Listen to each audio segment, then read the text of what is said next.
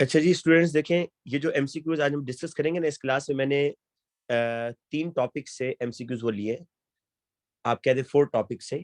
Equilibrium, equilibrium के MCQs कुछ हम डिस्कस करेंगे, देन एनर्जेटिक्स के, देन कुछ मोल के हैं और कुछ रिडॉक्स के हैं। ठीक है, तो अब आ जाएं एमसीक्यू नंबर 1 पर, जिसमें आपको वो कह रहा है कि 2 moles of compound P, 2 moles of compound P were placed in a vessel. The compound P was partly decomposed by heating. A dynamic equilibrium between the chemical PQR was established. At equilibrium, X mole of R was present. अभी देखिए ये पढ़ने का मैं आपको इसकी पहले वो बताता हूँ।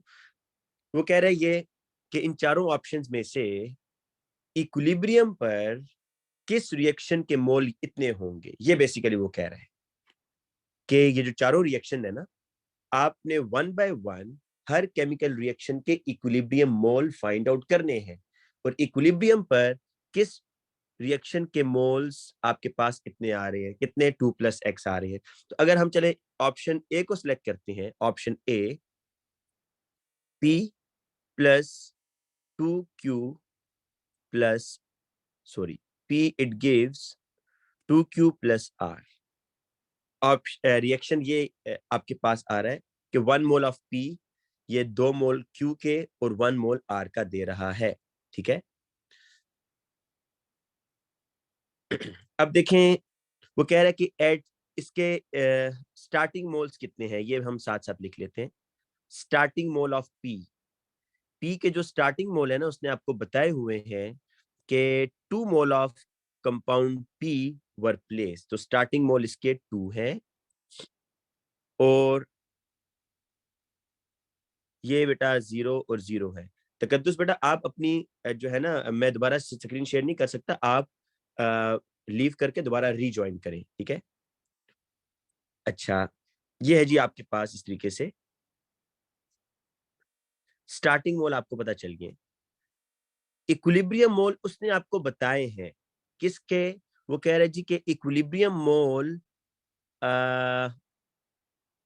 Eight equilibrium X mole of R were present. कह रहे इक्विलिब्रियम, इक्विलिब्रियम पर आर के एक्स मोल है। अब आप देख लें कि ये इंफॉर्मेशन आपको पता है, बाकी इंफॉर्मेशन आपने खुद अब बतानी है जी। ये आपको पता चल गया है कि इनिशियली उसने आपको बताया था कि 2 मोल ऑफ पी है जो स्टार्टिंग में आपने लिया, और आर इक्विलिब्रियम पर आर के एक्स मोल बने। अब बेटा आप इस तरह करें कि जरा क्यू के मोल बता दें इक्विलिब्रियम पर कितने होंगे, क्योंकि आर और क्यू में मोलर रेशो क्या है, 1:2 रेशो है। अगर आर का 1 मोल बनेगा तो क्यू के 2 मोल बनेंगे ना। तो अब देखिए यहाँ पर आर के एक्स मोल हैं तो क्यू के कितने होंगे, 2x होंगे। क्यू कितना है, 2x। ठीक है, और अगर आप ये देखें कि पी यूज कितना हो रहा है, तो आर और पी में मोलर रेशो क्या है, आर और पी में मोलर रेशो है 1:1। मतलब जितना आर बनेगा उतना पी यूज होगा, तो पी कितना यूज हुआ होगा, पी एक्स मोल यूज हुआ होगा। ठीक है बेटा, तो आपके पास अब ये जो इक्वेशन बनेगी वो ये बनेगी 2 - x plus 2x plus x. ये आपके पास इक्विलिब्रियम मोल आ रहे हैं जी। These are your equilibrium moles. देखें ये आपके इक्विलिब्रियम मोल है, ये वाले। इसको अगर मैं ऐसे लिखूं 2 - x plus 2x plus x, तो आप देख सकते हैं बेटा this is not your answer. ये 2 + 2x आ रहा है। क्या आ रहा है, 2 + 2x। वो कह रहा है 2 + x आना चाहिए, तो इसका मतलब है कि इक्वेशन 1 तो ठीक नहीं है। ठीक है, equation 1 is not the right answer. अब मैं आपको ऑप्शन बी की तरफ लेके चलता हूं। ऑप्शन बी को जरा देखिएगा बेटा, मरजाना भी आप दोबारा देखेंगे क्लियर हो जाएगा बेटा। ऑप्शन बी को चेक करते हैं जी। 2p it gives 2q plus r। Table बनाएंगे इस तरह का। इनिशियल मोल देखें कितने हैं, या स्टार्टिंग मोल आपको नजर आ रहे हैं। उसने स्टार्टिंग मोल पी के कितने लिए हुए, 2 लिए हुए, और ये 0 और 0। चेंज इन मोल जो मतलब यूज हो रहे हैं वो कितने हैं, और इक्विलिब्रियम मोल नीचे आ रहे हैं। आपको उसने क्वेश्चन में बताया हुआ है कि 2 मोल ऑफ पी आपने लेना है, 2 मोल ऑफ पी, और कंपाउंड पी जो है वो डिकम्पोज होगा बाय हीटिंग, और dynamic equilibrium P Q R में स्टेब्लिश हो रहा है। इक्विलिब्रियम पर X mole of R, R के एक्स मोल है। इक्विलिब्रियम पर आर के मोल कितने, एक्स हैं। अब जरा देखें कि आर के अगर एक्स मोल है तो क्यू के कितने मोल बनेंगे। आर और क्यू में मोलर रेशो क्या है, 1:2 है। जितने मोल आर के बनेंगे ना, क्यू के उसके डबल बनेंगे। तो अगर आर के एक्स मोल बन रहे हैं इक्विलिब्रियम पर, तो क्यू के कितने बनेंगे भाई, 2x बनेंगे ना, उसका डबल बनेंगे। ठीक है। अब आ जाए यूज मोल पर, कि मोल यूज कितने हुए यहाँ पर।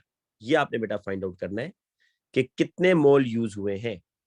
आपकी मर्जी है, पी को चाहे क्यू से रिलेट कर लें या आर से। तो मैं अब ये देखता हूँ बेटा, इक्वेशन को मैं जरा इंटरप्रेट कर रहा हूँ, और वो ये कि अगर आप,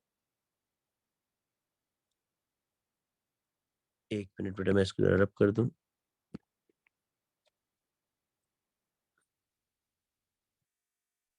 अगर आप बेटा इन दोनों में जरा रेशो देखें ना, पी और क्यू में, तो 1:1 रेशियो है। मतलब अगर 2 मोल पी के यूज हो रहे हैं तो 2 ही मोल क्यू के भी बनेंगे। या इसको इस तरह पढ़ें कि अगर 2 मोल क्यू के बन रहे हैं, क्यू इज द प्रोडक्ट ना, प्रोडक्ट बनेगा। अगर 2 मोल क्यू के बन रहे हैं तो पी के कितने मोल यूज होंगे, 2 मोल यूज होंगे। 1:1 रेशियो है। तो अब यहां पर देखें, यहां पर आपके पास क्यू कितना बन रहा है जी, क्यू बन रहा है 2x। क्यू कितना बन रहा है, 2x। तो पी कितना यूज होगा, पी यूज होगा 2x यूज होगा ना, पी 2x ही यूज होगा। खिजरान बेटा ये तो मुझे समझाने में टाइम लग रहा है ना, और इस तरह के एमसीक्यूज तो आपको सारे तो नहीं आएंगे ना, इस तरह के एमसीक्यू। ये तो एक दो एमसीक्यू इस तरह का आ जाएगा जो थोड़ा थोड़ा टाइम कंज्यूमिंग होगा।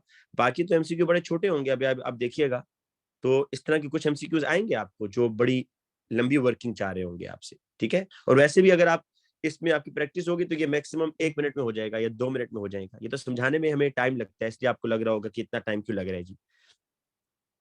बड़ा इनिशियली मोल जीरो होते हैं ना तकद्दुस, ये बात तो हम कितने अरसे से पढ़ रहे हैं कि जब रिएक्शन स्टार्ट ही नहीं हुआ तो क्यू और आर जीरो होंगे। अच्छा अब देखें, चेंज इन मोल 2x है। अब इक्विलिब्रियम मोल कितने आएंगे जी, 2 - 2x। ये आपके पास इक्विलिब्रियम मोल है।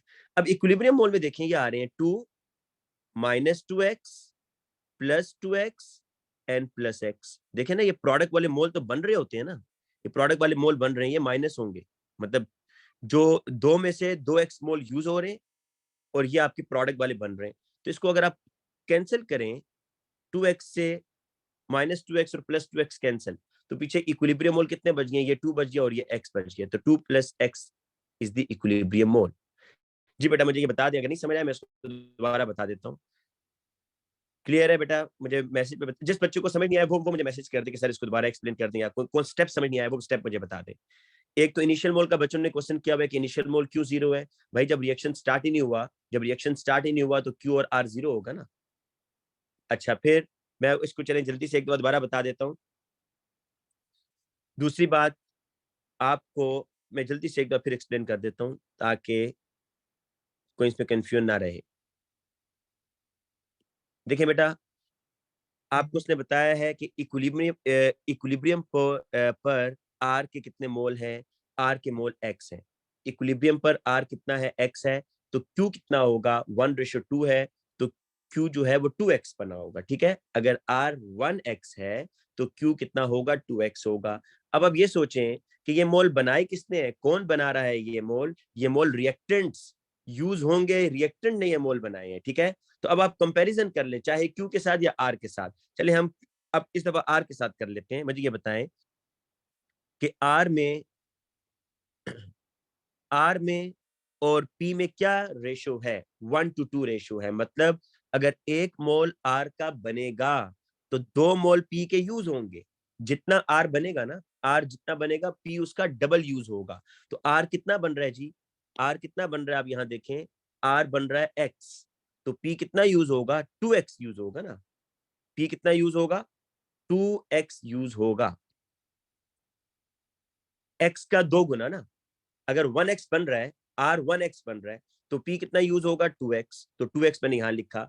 अब इक्विलिब्रियम मोल वो होते हैं कि आपने इनिशियल में से यूज को माइनस करना होता है, इनिशियल में से यूज को माइनस करना होता है, तो इनिशियल कितना है 2, और यूज कितने हुए 2 में से 2x यूज हुए।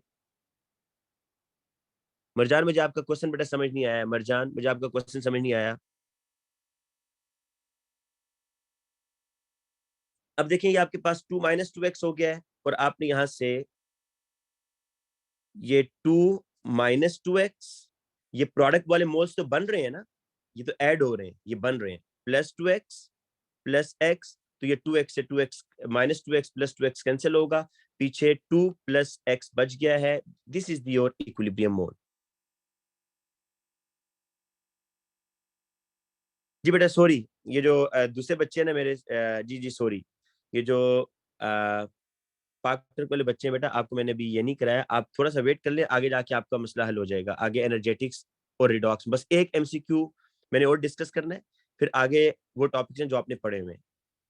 अच्छा बेटा, अब आज नेक्स्ट क्वेश्चन पर।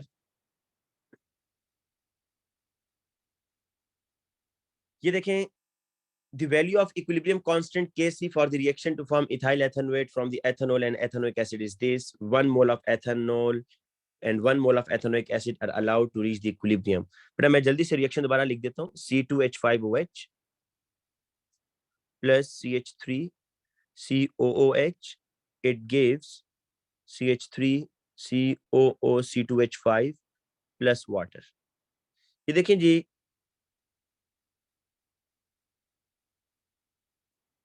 ये आपके पास अगेन आप इस तरह का टेबल बना लें, ये इनिशियल मोल, इनिशियल मोल कितने लिए हैं जी उसने, 1 मोल ऑफ एथेनॉल और 1 मोल ऑफ एथेनोइक एसिड, तो 1 to 1 है, ये 0 0 है, ठीक है, स्टार्टिंग में 0 है। यूज या चेंज कितना है, और यहाँ पर इक्विलिब्रियम मोल कितने हैं। इस दफा देखिए आपको इक्विलिब्रियम मोल उसने नहीं बताया ना, देखिए केस इज गिवन, आपको पता है ना जब केस गिवन हो तो वो आपसे इक्विलिब्रियम मोल फाइंड आउट करवा रहा होता है, तो आपको नहीं पता कि कितने यूज हुए हैं, आपको ये नहीं पता कि एथेनॉल में से कितने मोल यूज हुए हैं, एथेनोइक एसिड में से कितने मोल यूज हुए हैं एथेनोइक एसिड के, लेकिन के सी इज गिवन। तो अब आप ये करेंगे, यहाँ एज्यूम करेंगे कि एज्यूम करते हैं एक्स मोल यूज हुए एथेनॉल के, तो 1 to 1 रेशियो है, 1 to 1 रेशियो है, तो एथेनोइक एसिड भी एक्स मोल यूज हुआ होगा, और ये कितना बना होगा, ये मतलब 1 to 1 रेशियो है, तो ये एक्स मोल बने होंगे जी इधर, ठीक है, ये एक्स मोल बने होंगे। अब आप इक्विलिब्रियम मोल कैसे निकालेंगे, 1 - x 1 - x एक्स, और ये एक्स, ये आ गए। अब आप इसका केसी का एक्सप्रेशन लिखेंगे। अच्छा देखिए, वॉल्यूम इज, यहाँ पर उसने वॉल्यूम नहीं दिया हुआ ना, तो आप एज्यूम कर ले वॉल्यूम इज वी, वॉल्यूम क्या है, वी है, और वी आपको पता है कट जाएगा, तो इसलिए वी लिखने की जरूरत नहीं है। तो आपके पास केसी का एक्सप्रेशन ऐसे बनेगा,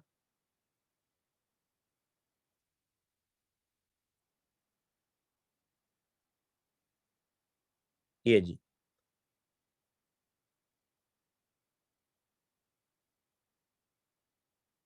वैल्यूज गिवन है, केसी की वैल्यू देखिए ऊपर क्वेश्चन में उसने दी हुई है 4 है, तो यहाँ 4 लिखेंगे, ये बेटा एक्स स्क्र हो जाएगा, ये 1 - x होल स्क्र हो जाएगा, अंडर रूट लेंगे आप बेटा, तो अंडर रूट लेंगे 2 is equal to X over 1 - x, तो 2 into 1 - x is equal to X, 2 - 2x is equal to X, 2 is equal to X plus 2x, तो 2 इज इक्वल टू 3x, और x is equal to 2/3। तो ये आपके पास x की value आ रही है, तो आप देख सकते हैं बेटा इसमें ऑप्शन क्या बनेगा, बी इज द आंसर, 2/3। मेरा नहीं ख्याल इसमें कोई प्रॉब्लम होगा आपको, ये हमने क्लास में भी काफी दफा किया क्वेश्चन बेटा, ठीक है। अच्छा आगे चलते हैं जी नेक्स्ट क्वेश्चन के ऊपर। अच्छा सोफिया, देखें 1 + x क्यों होगा भाई, हमारे पास यहाँ पर जो, पहले सोफिया आप सुन ले, हमारे पास तो प्रोडक्ट के मोल 0 है, इनिशियली तो प्रोडक्ट 0 है ना, इनिशियली प्रोडक्ट क्या है, 0 है, तो 0 इनिशियल में 0 था, और जब रिएक्शन स्टार्ट हुआ तो ये जितने मोल यूज होंगे इक्विलिब्रियम, मतलब आप देखें रिएक्टेंट के एक्स मोल यूज हो रहे हैं, तो डेफिनेटली एक्स मोल बनेंगे ना, तो 0 प्लस एक्स एक्स आएगा। अब इनिशियल तो आपके पास मोल 0 ही थे, इसमें एक्स ऐड करना है आपने। और जी सारा आप ठीक कह रही हैं कि जब भी केस सी उसने दिया होगा तो वो आपसे इक्विलिब्रियम मोल निकलवाना चाह रहा होगा, ठीक है, इक्विलिब्रियम मोल। तो अब आप इक्विलिब्रियम मोल निकाल सकते हैं ना, 2 डिवाइडेड बाय 3 इसको डिवाइड करें तो जो भी आपके पास डेसिमल्स में वैल्यू आएंगी वो एक्स की जगह पुट कर लें, आपके पास इक्विलिब्रियम मोल आ जाएंगे। अच्छा बेटा अब यहाँ पर आ जाएंगे, in which reaction does an element have the largest change in oxidation number. सबसे ज्यादा ऑक्सीडेशन नंबर कह रहा है चेंज किधर हो रहा है बेटा। अगर मैं यहाँ पर पहले तो डायरेक्ट आंसर पर आता हूँ, ठीक है, जो बड़ा क्लियर है, देखने में नजर आ रहा है, फिर आप बाकी ऑप्शन हम एक दो चेक कर लेंगे। देखिए यहाँ पर जो आयरन 2 है वो तो उसने बताया हुआ है, ऑप्शन सी को जरा चेक कीजिएगा बेटा। आपने बताना है लार्जेस्ट ऑक्सीडेशन नंबर चेंज कहां पर आ रहा है। आयरन 2 आयरन 3 में जा रहा है, यहाँ तो आपको नजर आ रहा है कि 1 का डिफरेंस आ रहा है ना, लॉस ऑफ 1 इलेक्ट्रॉन है। अगर आप MnO4 को देखें और यहाँ Mn2 प्लस को देखें बेटा, ये मैं नीचे सॉल्व करता हूँ, MnO4 -1 और ये Mn2 प्लस में जा रहा है। तो MnO4 -1 में ऑक्सीजन इज 2 माइनस, 4 2 8 माइनस, बेटा मैग्नीज पर क्या चार्ज होगा, आंसर +1, आंसर -1 आना चाहिए। तो मैग्नीज पर क्या चार्ज होना चाहिए, मैग्नीज इज +7, क्या होना चाहिए, +7। तो मैग्नीज को अगर आप देखें कि मैग्नीज +7 से +2 में जा रहा है, तो इसने गेन ऑफ कितने इलेक्ट्रॉन किए हैं, या चेंज, यहाँ जो ऑक्सीडेशन नंबर का चेंज आपको लग रहा है वो 5 का लग रहा है जी, ठीक है। बेसिकली इसने गेन ऑफ 5 इलेक्ट्रॉन किया। आपने ये नंबर देखना है कि ग्रेटेस्ट चेंज कहां पर आ रहा है, लार्जेस्ट चेंज आपको कहां नजर आ रहा है। मैग्नीज के केस में +7 से +2 5 का डिफरेंस आ रहा है ना, +7 से +2 में जाने का मतलब है कि 5 इलेक्ट्रॉन इसने गेन किए हैं। लेकिन अगर आप बाकी किसी रिएक्शन में देखें वहां पर इतना बड़ा चेंज आपको नजर नहीं आएगा। आप लोगों को शक हो रहा होगा ऑप्शन ए पर, तो मैं जरा ऑप्शन ए पर आता हूँ। ऑप्शन ए में आयरन 2 तो आयरन 3 में जा रहा है, कोई बड़ा गैप नहीं है, यहाँ पर एक इलेक्ट्रॉन जो है लूज हो रहा है। हाइड्रोजन +1 में है, वाटर के अंदर भी हाइड्रोजन +1 में है। आपको इस चीज को देखना है जी, Cr2O7 और 2Cr3, ये जरा चेक कर लीजिएगा। Cr2O7 2 माइनस और ये जा रहा है Cr3 प्लस में। एक ऑक्सीजन पर चार्ज होता है 2 माइनस और 7 2 जा -14, ठीक हो गया, -14 है ये। अब -14 को कैंसिल आउट करने के लिए क्रोमियम पर कुछ चार्ज होगा बेटा। अब मैं यहाँ अगर +14 लिखता हूँ ना तो ये तो सारा कैंसिल होके 0 आ जाएगा यहाँ, लेकिन आपको तो आंसर -2 लेकर आना है भाई, इसलिए हम इसको कैंसिल नहीं कर सकते। इस चार्ज को आपने, इस चार्ज को कैंसिल नहीं करना। अब हम क्या करेंगे जी, क्रोमियम पर कोई ऐसा चार्ज डालेंगे कि आंसर -2 आए। तो +14 आ रहा है क्रोमियम पर, ठीक है। -14 +12 सॉल्व करें तो -2 आ जाता है ना। तो +12 क्रोमियम पर आ रहा है, लेकिन ये 2 क्रोमियम पर है। एक क्रोमियम पर कितना होगा, +6 होगा। एक क्रोमियम पर चार्ज आ रहा है +6 और यहाँ पर बेटा एक क्रोमियम पर चार्ज आ रहा है +3। तो अब आप जरा खुद देखें, +6 से +3 यहाँ पर गेन ऑफ 3 इलेक्ट्रॉन्स हो रहे हैं। तो इसलिए जो लार्जेस्ट चेंज है वो आपको MnO4 में नजर आ रहा है। इसलिए option C is the right answer, ठीक है जी। नेक्स्ट क्वेश्चन पर आए, कह रहे जी, in which reaction is the species in bold acting as an oxidising agent. आपको बेटा ये बताना है, बेटा ग्रुप 2 की जो नाइट्रेट्स की इक्वेशन है वो सबसे लास्ट MCQ मैंने रखा हुआ है, वो बता दूंगा अभी आपको मालिक। अच्छा बेटा देखिए, ये चलो पहले वो देख लो, लेकिन मैं भी उसका ये एक बच्चा जो है ना बेटा, वो ग्रुप 2 के मेटल नाइट्रेट की इक्वेशन पूछ रहा है। पर आप चेक कर लो ना हामी, मैंने बाकी ऑप्शन इससे चेक नहीं किए क्योंकि वो मुझे पता चल रहा है कि वो नहीं है। आप चेक कर लो, वो बिगेस्ट चेंज नहीं है। सबसे दो जो बिगेस्ट चेंज थे वो यही लग रहे थे, एक मैग्नीज वाला और एक क्रोमियम वाला। बाकी आप देख लो वहां पर +1 या +2 दो दो का डिफरेंस आ रहा होगा। सबसे ज्यादा गैप इन दो ऑप्शन में देखने में आ रहे थे, बाकी तो हो ही नहीं सकते ना, इसलिए मैंने चेक नहीं किया। लेकिन आप चारों चेक करोगे एग्जाम में, ठीक है। अच्छा एक बच्चा नाइट्रेट की डिकम्पोजिशन की इक्वेशन पूछ रहा है तो मैं यहाँ लिख देता हूँ। बेटा ये जो ग्रुप 2 के मेटल नाइट्रेट होते हैं और जो ट्रांजिशन मेटल नाइट्रेट होते हैं, सपोज मैग्नीशियम नाइट्रेट, ये वाला लिख देता हूँ मैं। वो कह रहा है कि इसकी डिकम्पोजिशन की इक्वेशन लिख दें। ये लें जी, MgO metal oxide 2NO2 and half O2, ये 1 मोल के लिए, ठीक है। 1 मोल मेटल नाइट्रेट। जी बेटा मैं ये शेयर कर दूंगा अभी क्लास के बाद ना, ये वर्कशीट शेयर कर दूंगा, इसमें वर्किंग भी हुई होगी तो ये एज इट इज आप लोगों के पास आ जाएगी, ठीक है इजरान, ये मैं शेयर कर दूंगा आप लोगों के साथ।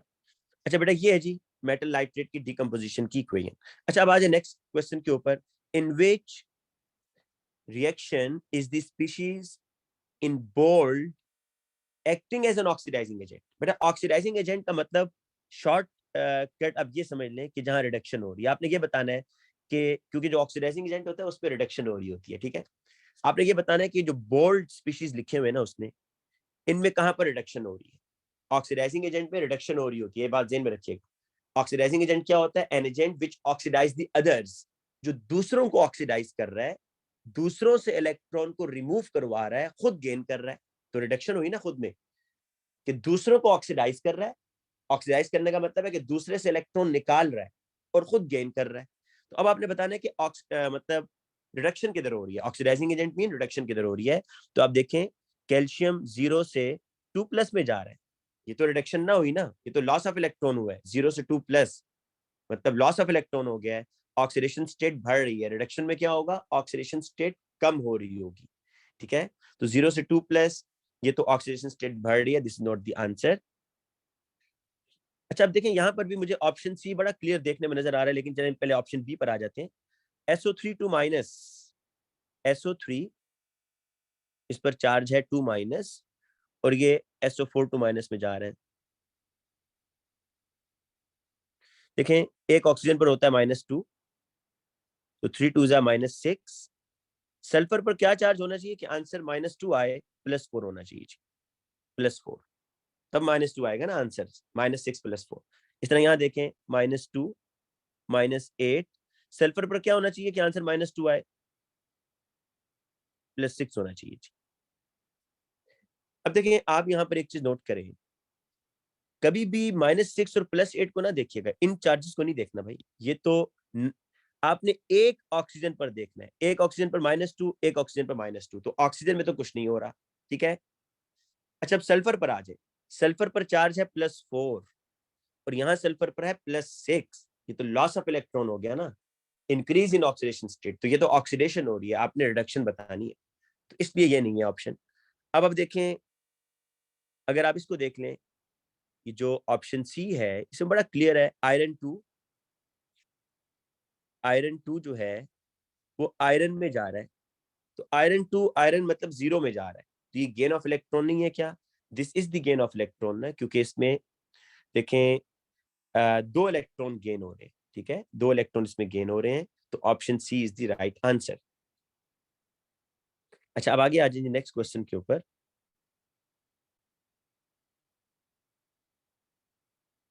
बेटा लाजमी तो नहीं है कि सिर्फ ट्रांजिशन की वेरी करेगी, ट्रांजिशन के अलावा और एलिमेंट्स की भी वेरी करती है। क्लोरीन की वेरी करती है, क्लोरीन -1 भी होता है। क्लोरीन के देखें कितनी ज्यादा ऑक्सीडेशन स्टेट होती है। HCl है +1 -1, HClO2 है, ये देखिएगा अभी -4 +1 +3, HClO4 है तो ये देखें -2 -8 +1 +7। ये तो क्लोरीन की ऑक्सीडेशन स्टेट भी वेरी करती है, तो ये तो डिपेंड करता है कि आप किस मॉलिक्यूल के साथ, आपने किस एटम के साथ किसको अटैच किया हुआ है। अगर क्लोरीन अपने से ज्यादा इलेक्ट्रोनेगेटिव एटम ऑक्सीजन के साथ अटैच हो जाएगा, ऑक्सीजन के साथ अटैच होगा, तो देखिए उस पर पॉजिटिव चार्ज आ जाएगा। वैसे क्लोरीन पर माइनस होता है, लेकिन इस दफा क्लोरीन ऑक्सीजन के साथ अटैच है, तो ऑक्सीजन इज मोर इलेक्ट्रोनेगेटिव, तो ऑक्सीजन पर नेगेटिव है, क्लोरीन पर पॉजिटिव है। इसी तरीके से हाइड्रोजन पर क्या हमेशा +1 होता है? नहीं। एच अगर NaH होगा, NaH, sodium is +1, hydrogen is -1, तो ये तो लाजमी नहीं है कि सिर्फ ट्रांजिशन मेटल की ही वेरिएबल ऑक्सीडेशन स्टेट होंगी, बाकी की नहीं हो सकती। बाकी भी अपनी स्टेट को चेंज कर सकते हैं, ऑक्सीडेशन स्टेट को। अच्छा जी नेक्स्ट क्वेश्चन है, ये भी रिडॉक्स से, ये लास्ट है फ्रॉम द रिडॉक्स, फिर हमने आगे आना है फ्रॉम द केमिकल एनर्जेटिक्स। अच्छा बेटा ये जो क्वेश्चन है कह रहा है कि in the redox reaction how do the oxidation state of vanadium and sulphur changes. ये देखिए वेनेडियम यहाँ पर इस तरह लिखा हुआ है, अगर आपको चार्ज क्लियर नहीं दिख रहा, VO2+1 SO2 it gives V3 plus और SO4 2-। अब वेनेडियम की ऑक्सीडेशन स्टेट यहाँ पर क्या है? ये जो +1 है ना बेटा, ये +1 ऐसे है, इस सारे के ऊपर है, ठीक है। ऑक्सीजन पर चार्ज होता है 2-, 2 ऑक्सीजन पर है 4-। तो वेनेडियम पर क्या चार्ज होना चाहिए? आंसर +1 लाना है आपने। वेनेडियम पर चार्ज +5 होना चाहिए या नहीं होना चाहिए? +5 - 4 +1 आ रहा है जी। तो वेनेडियम +5 से किस में जा रहा है? +3 में जा रहा है। और सल्फर देखें SO2, SO2 में ऑक्सीजन इज 2-, -4, सल्फर इज +4, और ये +4 से SO4 2- में देखें क्या चार्ज होगा जी? -2, 4 2 8-। देखें सल्फर की जो सल्फर मैक्सिमम 6 इलेक्ट्रॉन लूज कर सकता है, पहली बात, क्योंकि 6 ग्रुप में है। और दूसरा आप इस तरीके से भी अंडरस्टैंड कर सकते हैं कि आंसर -2 लेकर आना है, तो सल्फर के ऊपर क्या चार्ज रखेंगे आप? +6 रखेंगे। तो आपको नजर आ रहा होगा कि option D is the right answer, ठीक है, कि सल्फर +4 से +6 में जा रहा है, वेनेडियम +5 से +3 में जा रहा है। अच्छा नेक्स्ट क्वेश्चन देखें बेटा, ये थोड़ा सा ट्रिकी क्वेश्चन है। देखिए अच्छा इस क्वेश्चन में मैं आपको बताता हूँ, आप जो delta is not of combustion या Q is equal to MC delta D find out करते थे, उसमें उसने आपको बताया होता था mass of water is 100 gram, mass of ethanol 3.5 gram. अच्छा ओके बेटा, सल्फर वाला दोबारा एक्सप्लेन करना है, ये लें बेटा। देखो सल्फर में ना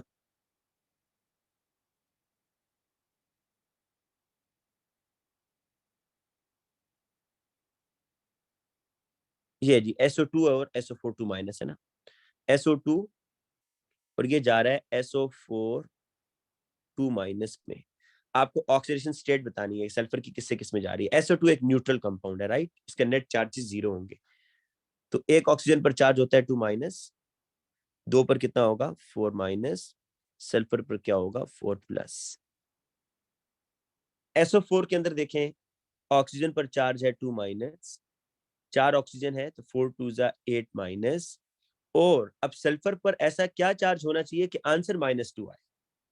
डेफिनेटली आप +8 अगर डालते हैं सल्फर के ऊपर, +8 आप चार्ज डालते हैं तो वो तो 0 हो जाएगा ना, तो आपने +6 करना होगा, क्योंकि -8 और +6 को अगर आप सॉल्व करें तो फिर आंसर -2 आता है, ठीक है। तो ये है जी। अच्छा बेटा आप देखें, ये जो नेक्स्ट क्वेश्चन मैं आपको बता रहा था कि ये वो क्वेश्चन है जिसमें आपको मैस ऑफ वाटर दिया होता था 100 ग्राम, कितना एथेनॉल बर्न हो रहा है, सपोज 3.5 ग्राम, टेम्परेचर कितना राइज हुआ 6.5 degree, molar mass of ethanol बता रहा है सपोज ये 46 है, स्पेसिफिक हीट कैपेसिटी, और आपने डेल्टा एच निकालना होता है, ठीक है। कह रहा है which expression can be use to calculate the enthalpy change of combustion. तो आप इसके लिए क्या करते थे, अगर आपको याद हो, आप बेटा ये काम क्या करते थे कि Q is equal to MC delta T, याद है, ये आप कर रहे थे ना, और फिर आप delta H is equal to -Q/N, ये आप करते थे जी, -Q/N। तो यहां पर सिर्फ आपने वो वैल्यूज पुट नहीं करनी, बाकी सारा वही काम करना है। कैसे, ये देखिएगा, Q is equal to MC delta T आपके पास, Q पहले फाइंड आउट करें ना।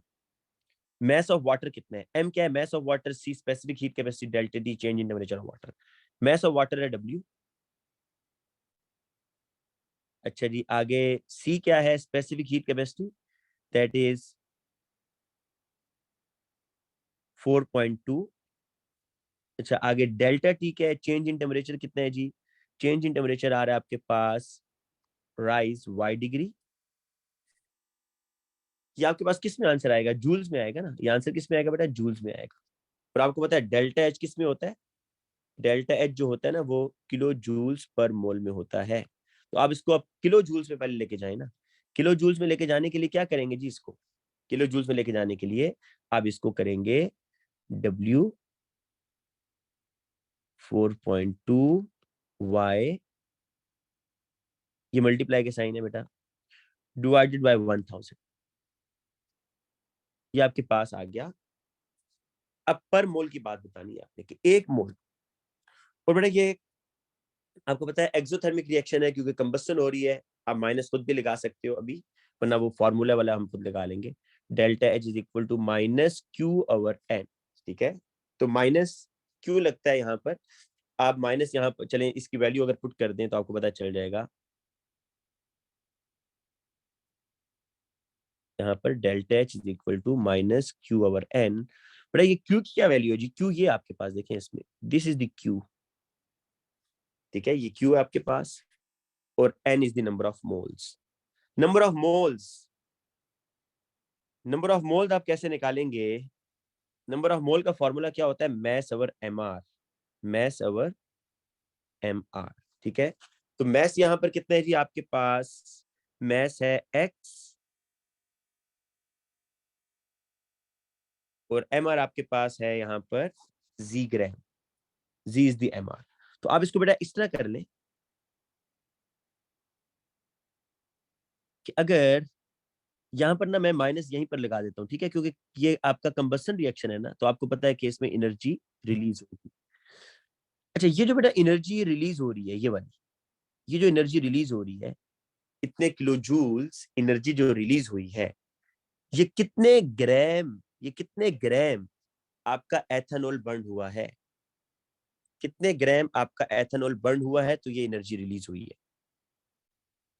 ये आप कहेंगे कि एक्स ग्राम ऑफ एथेनॉल, ये जब बर्न हुआ, ये एक्स ग्राम ऑफ एथेनॉल जब बर्न हुआ तो इतनी एनर्जी रिलीज हुई, minus W into 4.2 into y divided by 1000। X gram जब एथेनॉल बर्न हुआ तो इतनी एनर्जी रिलीज हुई है। वो आपसे पूछ रहा है डेल्टा एच बताएं। डेल्टा एच होता है 1 मोल के लिए। डेल्टा एच क्या होता है? 1 मोल। तो 1 मोल का उसने मैस दिया हुआ है या नहीं दिया हुआ भाई? 1 मोल का मैस दिया हुआ है। 1 मोल का कितना मैस उसने दिया हुआ है आपके पास? जी। एक्स ग्राम ये है। अगर g gram of ethanol, g gram of ethanol का बेटा मतलब ये है कि 1 मोल। जी ग्राम ऑफ एथेनॉल का क्या मतलब है? 1 मोल ऑफ एथेनॉल। तो फिर कितनी एनर्जी रिलीज होगी बेटा? यहाँ पर आप क्वेश्चन मार्क डाल देंगे, दिस इज द अननोन ना, ये आपको फाइंड आउट करना है। क्रॉस मल्टीप्लाई करें, क्रॉस मल्टीप्लाई करेंगे, क्वेश्चन मार्क इधर, X gram of ethanol is equal to minus W into 4.2 into Y. अच्छा, ये जो इंटू है ना, ये मैं ब्लैक कलर से लिख रहा हूँ, ये जो ब्लैक कलर से बेटा है, ये इसका मतलब है कि ये मल्टीप्लाई हो रहा है, ये एक्स नहीं है। 4.2 टाइम्स वाई डिवाइडेड बाय 1000, और जी बेटा देखिए क्रॉस मल्टीप्लाई होगा ना, ये इधर जा रहा है और ये जी इधर जाएगा इधर, तो यहाँ पर आपने जी भी लिखना है इंटू जी। ये अब आपको क्या निकालना है जी? क्वेश्चन मार्क फाइंड आउट करना है, ये आपको फाइंड आउट करना है। तो ये अब ऐसे हो जाएगा, minus W 4.2 Y G divided by 1000 और x। लेकिन थोड़ा सा कंफ्यूजिंग आपको कर रहा है, कंफ्यूजिंग इसलिए लग रहा है क्योंकि वैल्यूज नहीं है, वैल्यूज नहीं है। ठीक है, तो अब फिर देख लें, इसमें मैंने क्या किया है, कोई नया काम नहीं किया, सिर्फ मैं फिर बता देता हूँ, सिर्फ Q is equal to MC delta T formula लिखा। अच्छा, पहले ये जो मैंने ब्लैक कलर से बेटा मल्टीप्लाई किया हुआ है ना, ये जो ब्लैक कलर से x नजर आ रहा है, दिस इज नॉट x, ये मल्टीप्लाई का साइन है। ठीक है, वैल्यूज पुट की, जूल्स में वैल्यू आ गई, और आपको पता है डेल्टा एच निकालना है ना, एंथैल्पी चेंज ऑफ कंबस्टन, तो उसने डिवाइडेड बाय 1000 कर दिया। यहां तक तो ठीक हो गया।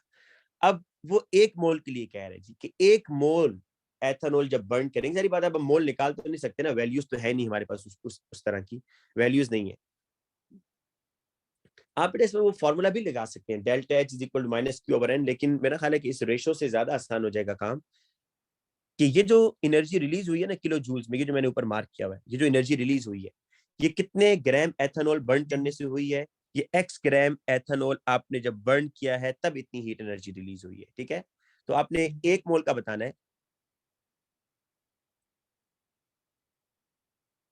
1 मिनट बेटा, W के साथ माइनस क्यों लगाया है बेटा, ये delta is not of combustion है, मुझे ये बताएं, delta is not of combustion है और ये हीट एनर्जी यहाँ पर रिलीज हो रही है। तो जब भी हीट एनर्जी रिलीज होती है तो आप या तो फॉर्मूला यूज करते हैं और माइनस लगा देते हैं, मैंने आपसे कहा अगर आप फॉर्मूला नहीं यूज करना चाहते तो आप माइनस खुद लगा देते हैं, क्योंकि एक्सोथर्मिक रिएक्शन है, उसकी इंडिकेशन आपने बतानी है कि एक्सोथर्मिक रिएक्शन में हीट एनर्जी रिलीज हो रही है, तो इसलिए आप क्यू के साथ माइनस का साइन लगाते हैं, ठीक है। अच्छा मुझे आप सिर्फ 1 मिनट बेटा दे दें, सिर्फ 1 मिनट।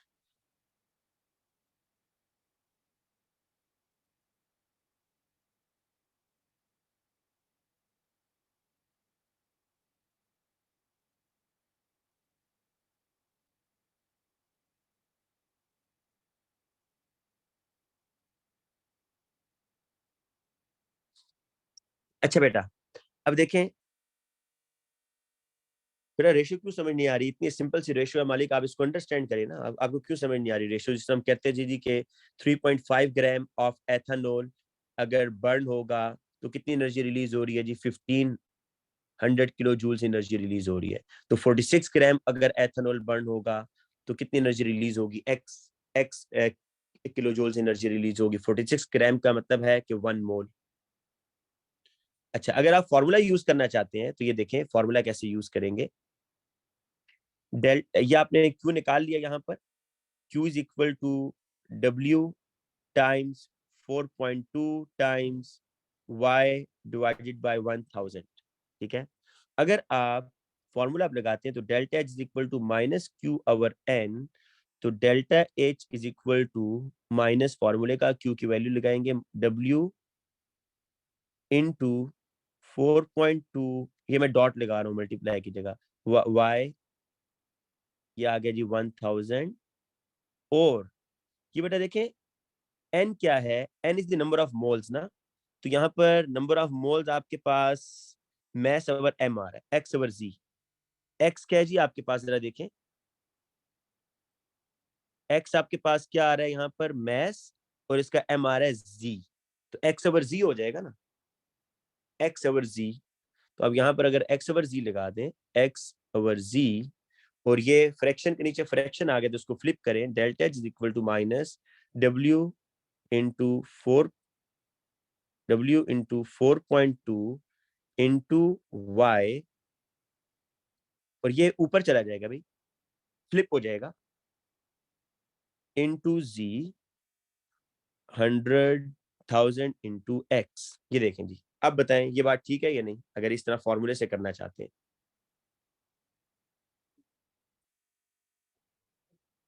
ये बात ठीक है या नहीं जी, बताएं शाबाश। जी मालिक। अच्छा, अब बेटा आगे आ जाओ। ये क्वेश्चन थोड़ा सा ट्रिकी आप इस लिहाज से कह सकते हैं कि इसमें आपको या तो जब तक आपको इसमें एक्सपर्टीज नहीं होगी ना, जब तक आपको इसमें एक्सपर्टीज नहीं होगी फॉर्मूलाज कैसे आपने लगाने हैं, तो उस टाइम तक आपको मसला रहेगा, इसलिए इस टाइप के क्वेश्चन ज्यादा प्रैक्टिस करें। अच्छा नेक्स्ट क्वेश्चन पर आइए जी। अब the standard enthalpy change for the reaction is this, what is the bond energy of NF. देखें एमसीक्यू में है, साइकिल भी ड्रॉ कर सकते हैं, मर्जी आपकी, फॉर्मूला लगाना है वो लगा दे, मैं फिलहाल फॉर्मूले से कर देता हूँ। Delta H is equal to, अच्छा इस तरह के क्वेश्चन में पहली चीज आपको ये बताई थी कि आप पहले इनके बॉन्ड शो करें। NF3 है, NF3 है तो इसको ऐसे करेंगे NF NF NF3, ये जी 2 NF3 है ना, और इनके बॉन्ड टूट रहे हैं, ये N में जा रहा है 2N में, और ये 6F में जा रहा है। अब आपने बताना है कि NF की बॉन्ड एनर्जी क्या है, फॉर्मूला क्या होता है, delta H is equal to energy taken in minus energy given out. अच्छा एनर्जी टेकन इन, देखें इन बॉन्ड्स को ब्रेक करने के लिए कितनी एनर्जी आपको चाहिए, कितने बॉन्ड्स हैं ये। अच्छा डेल्टा एच गिवन है, पहले डेल्टा एच की वैल्यू लिख दें, प्लस 1668 इज इक्वल टू, ये टोटल कितने बॉन्ड्स हैं जो आपने ब्रेक करने हैं। 1 2 3 4 5 6 6 moles of NF bond, 6 mole NF bond के हैं। ये एनर्जी टेकन इन हो गया।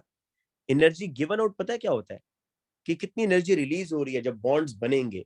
क्या यहाँ पर कोई बॉन्ड बन रहा है? कोई बॉन्ड नहीं बन रहा है। देखें, ये नाइट्रोजन एटम की फॉर्म में है, ऐसे N और N, इसमें कोई बॉन्ड नहीं है। अगर बॉन्ड होता तो वो N2 करके लिखता। इसी तरीके से 6F, 6F का मतलब है एक फ्लोरीन, दूसरा फ्लोरीन, तीसरा फ्लोरीन, चौथा, पांचवा, छठा, इनमें कोई बॉन्ड नहीं है, ये एटम्स की फॉर्म में है। तो no bond formation on the product side. तो जब बॉन्ड फॉर्म नहीं हो रहा तो एनर्जी गिवन आउट 0 है। ये फैक्टर तो सारा 0 हो गया। तो आपने क्या करना है, 1668 divided by 6 is equal to NF। बस हमने क्या किया, 6 को इधर ले आए जी दूसरी साइड पर। तो आप इसको डिवाइड कर दें, आपके पास आंसर आ जाएगा।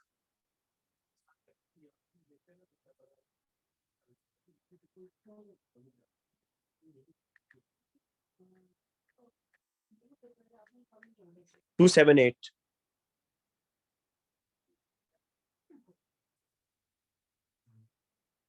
ये जी। अच्छा, मेरी एक और बात भी सुनिएगा। आपसे वो जब भी बॉन्ड एनर्जी के क्वेश्चन करेगा तो आपका आंसर पॉजिटिव में आना चाहिए, ये बात ध्यान में रखें।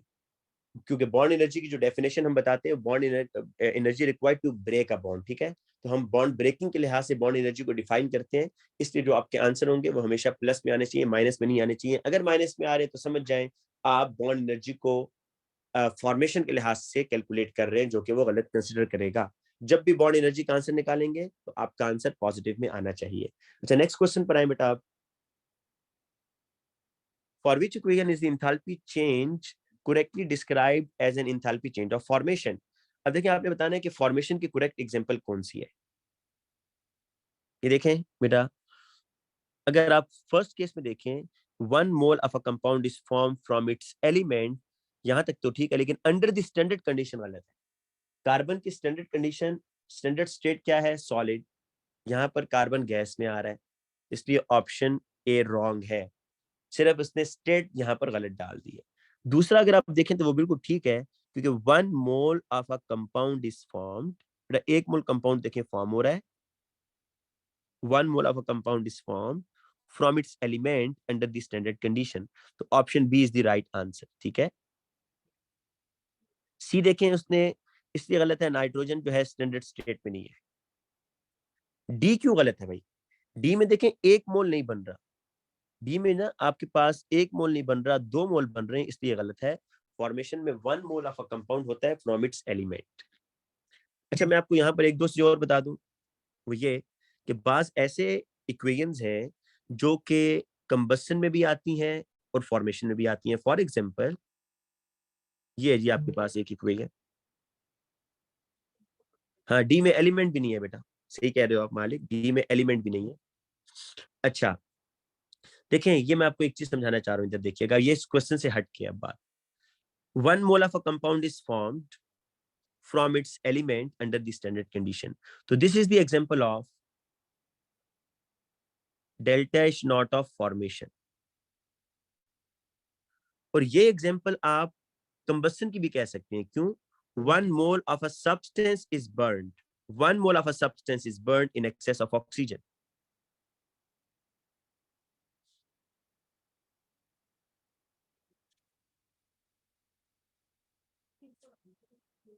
सी बेटा इसलिए नहीं है यहाँ पर नाइट्रोजन अब्दुल्ला आमिर, सी इसलिए नहीं है, यहाँ नाइट्रोजन को देखो ना, N2 की फॉर्म में तो नहीं है, 2N। ऑक्सीजन देखो 4O, ऑक्सीजन तो O2 की फॉर्म में एग्जिस्ट करता है, नाइट्रोजन N2 एलिमेंट होता है ना, 2N तो एलिमेंट नहीं है, तो उसने स्टैंडर्ड स्टेट में नहीं लिखा हुआ। अच्छा बेटा देखो, ये जो मैं इक्वेशन की बात कर रहा हूँ नीचे, ये कंबस्शन की भी हो सकती है। क्यों? क्योंकि 1 mole of carbon is burn in excess of oxygen, तो इसको आप कहेंगे कि ये एग्जाम्पल है कंबस्शन की भी, delta H naught of combustion. तो अब आपने ये बात बेटा याद रखनी है कि इस तरह के वो क्वेश्चन पूछेगा आपसे कि ये एक इक्वेशन है, ये किसकी एग्जांपल हो सकती है, क्या फॉर्मेशन की है या कंबस्शन की है, या दोनों की भी हो सकती है। तो ये दोनों की भी हो सकती है सम टाइम। जिस तरह मैं आपको एक और एग्जांपल देता हूँ, H2 plus O2 it gives water. अब यहां देखें बेटा, 1 मोल वाटर बन रहा है from its element under the standard condition, तो ये delta H naught of formation की एग्जांपल है ना। लेकिन अगर मैं इसको ऐसे पढ़ूं कि 1 mole of hydrogen is burn in excess of oxygen, तो ये कंबसन भी आ रहा है। तो ये जनरली ये दो एग्जांपल्स हैं जो वो आपसे पूछता है एग्जाम में। तो ये फॉर्मेशन और कंबसन दोनों की एग्जांपल्स में सेट हो जाती हैं। ठीक है, अच्छा आगे आ जाए जी अब इस क्वेश्चन पर। कह रहा है equations involving 4 enthalpy changes are shown. Sodium से सोडियम आयन बन रहा है। सोडियम से जब सोडियम आयन बनेगा, this is ionisation energy, right? First ionisation energy है। देखिए आपको पता है आयोनाइजेशन एनर्जी के लिए your starting must be in gaseous form, तो आप सोडियम गैस से सोडियम 1+ गैस बना रहे हैं, तो ये फर्स्ट आयोनाइजेशन एनर्जी है। यहाँ क्या हो रहा है जी, ये एक्स जो है ये फर्स्ट और सेकंड आयोनाइजेशन एनर्जी का सम है कि सोडियम गैस से आप पहले एक इलेक्ट्रॉन रिमूव करवा रहे हैं, फिर दूसरा इलेक्ट्रॉन रिमूव करवा रहे हैं, और इन दोनों की एनर्जी का जो सम है वो आपने डेल्टा एच एक्स कह दिया। तीसरा क्या है बेटा, ये है आपके पास एटोमाइजेशन। एटोमाइजेशन अब आपके सिलेबस से निकल चुका है, लेकिन मैं आपको थोड़ा सा बता देता हूं कि जब भी आप गैसियस एटम बनाते हैं फ्रॉम इट्स एलिमेंट, आप फिलहाल, क्योंकि एटमाइजेशन का वर्ड अब आपके सिलेबस में नहीं है, पहले होता था बेटा एएस में, अब हमने एटमाइजेशन निकाल दिया है। आप इसको चलें वेपोराइजेशन कहते हैं। वेपोराइजेशन नहीं, अब इसको सब्लिमेशन, या बेस्ट वर्ड तो वैसे इसके लिए एटमाइजेशन ही है, क्योंकि ये पहले लिक्विड में आता है, डायरेक्ट कन्वर्ट नहीं होता। तो फिलहाल आप इसको चलें एटमाइजेशन ही समझें कि इसमें आप सोडियम सॉलिड को पहले क्या करेंगे, मेल्ट करेंगे, और फिर वो मेल्टिंग से किस में जा रहा है, एटम की फॉर्म में जा रहा है, गैसियस एटम। तो इसको आप ना सब्लिमेशन कहें ना इसको वेपोराइजेशन कहें, ये है एटमाइजेशन ही। लेकिन इसमें दो बॉन्ड्स टूट रहे हैं, पहले मेटेलिक बॉन्ड टूट रहा है, और वो 100% नहीं टूट रहा, पहले वो मोल्टन फॉर्म में आ रहा है, और फिर मोल्टन से आप उसको गैशियस फॉर्म में लेके जा रहे हैं। उसके लिए डेल्टा एच जो एनर्जी चेंज है वो वाई है। और लास्ट वाले में देखें, सॉलिड से वो पहले गैस बनाएगा, और फिर गैस, देखें लास्ट वाले में क्या काम हो रहा है कि सॉलिड से पहले गैस बनेगी, और गैस से पहले सोडियम +1 में जाएगा, और फिर +2 में जाएगा, और फिर इतनी एनर्जी चेंज आ रही है। अभी देखते हैं क्वेश्चन क्या पूछ रहा है, what is the second ionisation energy of sodium. मैं इस तरह करता हूं बेटा, इन सब इक्वेशंस को ना आपके सामने अरेंज करके लिखता हूं। देखें, सोडियम सॉलिड स्टेट में होता है ना, step by step sodium solid से आप पहले सोडियम गैस में लेके जाएं, जो उसने लिखा हुआ है, मोल्टन उसने दिया नहीं हुआ ना, मोल्टन इसी के अंदर ही आ जाएगा। तो ये यहाँ जो एनर्जी चेंज आ रही है वो कितनी आ रही है जी, क्या ये है या नहीं है?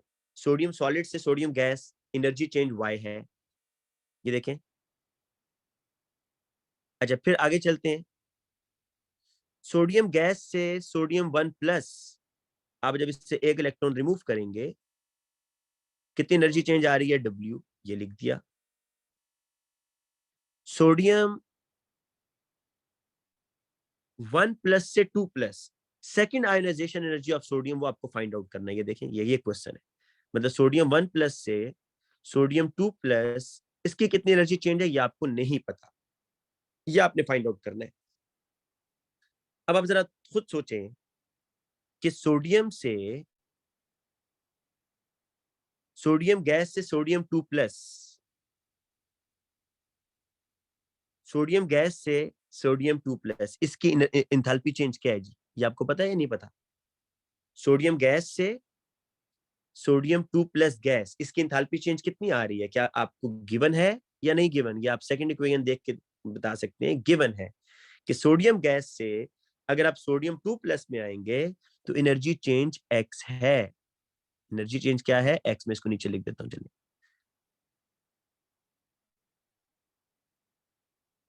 इसकी जो एनर्जी चेंज आ रही है वो एक्स आ रही है।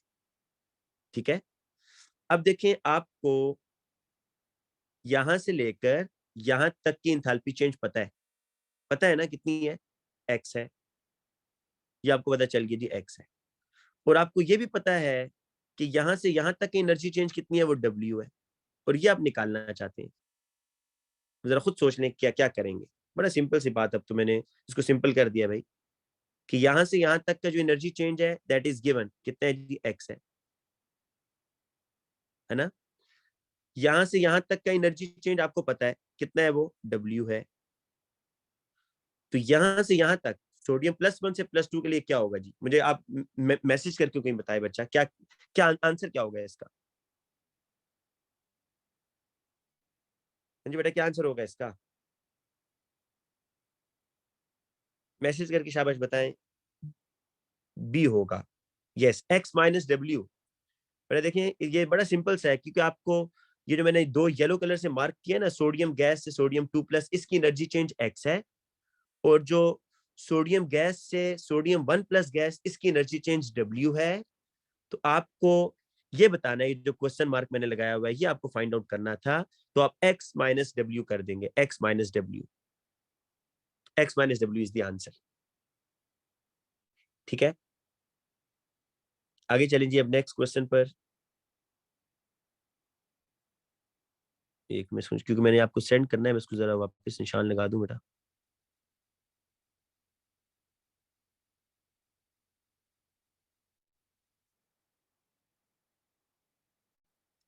अच्छा, अब आ जाइए नेक्स्ट क्वेश्चन पर। Enthalpy change of combustion can be used. अब देखें, आपसे मैंने ये बात काफी दफा आपको क्लास में बताई है कि यही क्वेश्चन अगर आपको वो थ्योरी में देगा, वो कम से कम 3 मार्क्स का क्वेश्चन होगा, और यही क्वेश्चन अगर एमसीक्यू में आएगा तो 1 मार्क का क्वेश्चन होगा। ठीक है,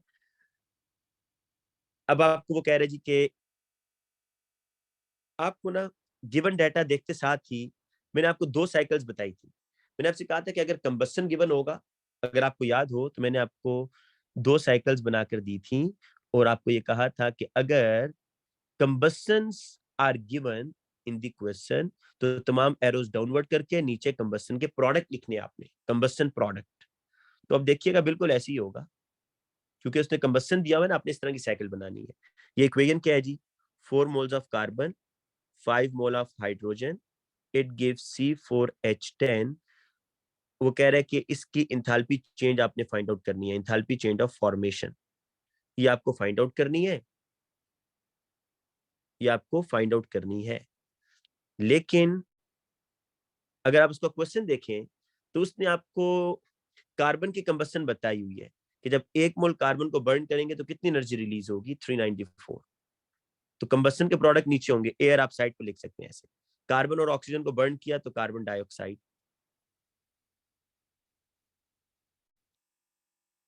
ठीक है, कार्बन डाइऑक्साइड बनेगा ना 4CO2, और ये 394 टाइम्स 4 हो जाएगा बेटा।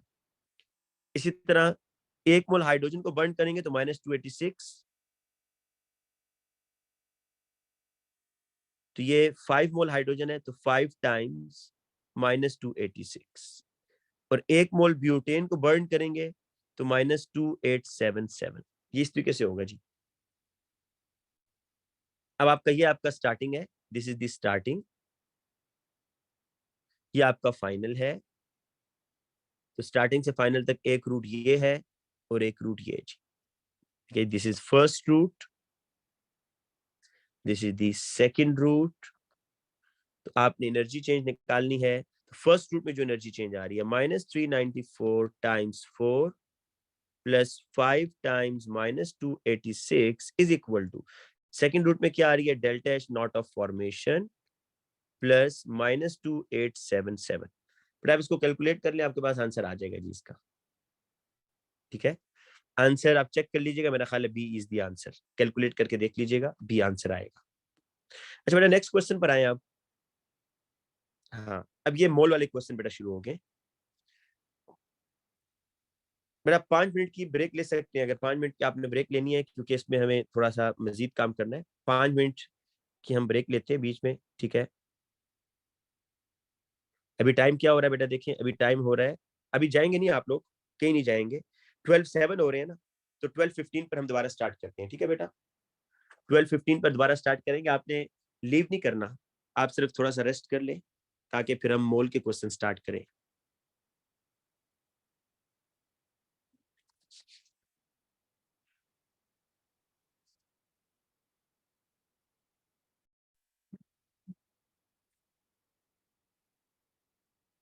अच्छा, ये नेक्स्ट क्वेश्चन है, इस पर आते हैं, और ये मोल से रिलेटेड है। देखिए इस क्वेश्चन में ना आपको एक बेसिक सी इक्वेशन बनानी है, जो इतनी मुश्किल नहीं है। अगर ओ लेवल्स में आपने एसिड बेस सॉल्ट पढ़ा हुआ होगा, और उसमें मेटेलिक ऑक्साइड्स पड़े होंगे तो आपको कोई प्रॉब्लम नहीं होना चाहिए। कह रहा है कि a sample of potassium oxide K2O is dissolve in water. अब पहले तो उसकी इक्वेशन बनाते हैं ना। K2O को आप जब वाटर में डिसॉल्व करेंगे तो क्या बनेगा? 2 मोल्स ऑफ पोटेशियम हाइड्रोक्साइड। ठीक है, और 250 में आपने डिसॉल्व किया, राइट? और 250 में डिसॉल्व करने के बाद ना आपने 25 क्यूबिक सेंटीमीटर उस सॉल्यूशन को निकाला और उसकी टाइट्रेशन की अगेंस्ट द सल्फ्यूरिक एसिड। आप ये समझ लो कि जो आपके पास टोटल था ना, ये था 250 क्यूबिक सेंटीमीटर। इस 250 में से आपने 25 क्यूबिक सेंटीमीटर कोनिकल फ्लास्क में लिया और इसकी टाइट्रेशन की विद सल्फ्यूरिक एसिड। ये है जी H2SO4। अब आपको पहले इसकी इक्वेशन बनानी होगी जी, इनका रिएक्शन कैसे होगा। H2SO4 प्लस नीचे कौन सा सोल्यूशन है? KOH का। This is KOH solution, potassium hydroxide है ये। ठीक है, ये आपने लिया ना, ये आपके पास टोटल था इसमें से। तो KOH के साथ रिएक्शन होगा जब, तो क्या बनेगा? K2SO4। देखेंगे मेटल जो है ना, ये इस H को रिप्लेस करेगा और 2 H हैं तो you need 2 moles of KOH। K2SO4 plus 2H2O। अब पहला काम ये इक्वेशन बैलेंस करने के बाद, इक्वेशन बैलेंस करने के बाद वो आपको देखें सल्फ्यूरिक एसिड के बारे में इंफॉर्मेशन दे रहा है। वो कह रहा है सल्फ्यूरिक एसिड की कंसंट्रेशन ये और वॉल्यूम ये है। आपको पता है जब भी कंसंट्रेशन और वॉल्यूम गिवन हो तो आप आराम से मोल फाइंड आउट कर सकते हैं। तो आप पहला काम ये करेंगे कि आप सल्फ्यूरिक एसिड के मोल निकाल लेंगे, क्योंकि कंसंट्रेशन 2 मोल, वॉल्यूम इज 15, तो 2 टाइम्स 15 डिवाइडेड बाय 1000, 0.03 मोल्स। इसके मोल्स कितने आ गए? 0.03 मोल्स।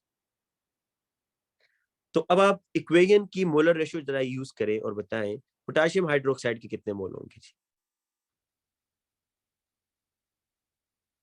पोटेशियम हाइड्रोक्साइड के जो मोल होंगे वो 0.06 हो जाएंगे, उसका डबल। 1:2 है ना, जितने मोल सल्फ्यूरिक एसिड के होंगे KOH के उसका डबल यूज होंगे। तो आपको एक बात समझ आई कि जो सल्फ्यूरिक एसिड के साथ आपने टाइट्रेशन करवाई है ना, सल्फ्यूरिक एसिड के आपने मोल कितने ऐड किए? 0.03 for the complete neutralisation. Complete neutralisation के लिए आपने 0.03 मोल यूज किए।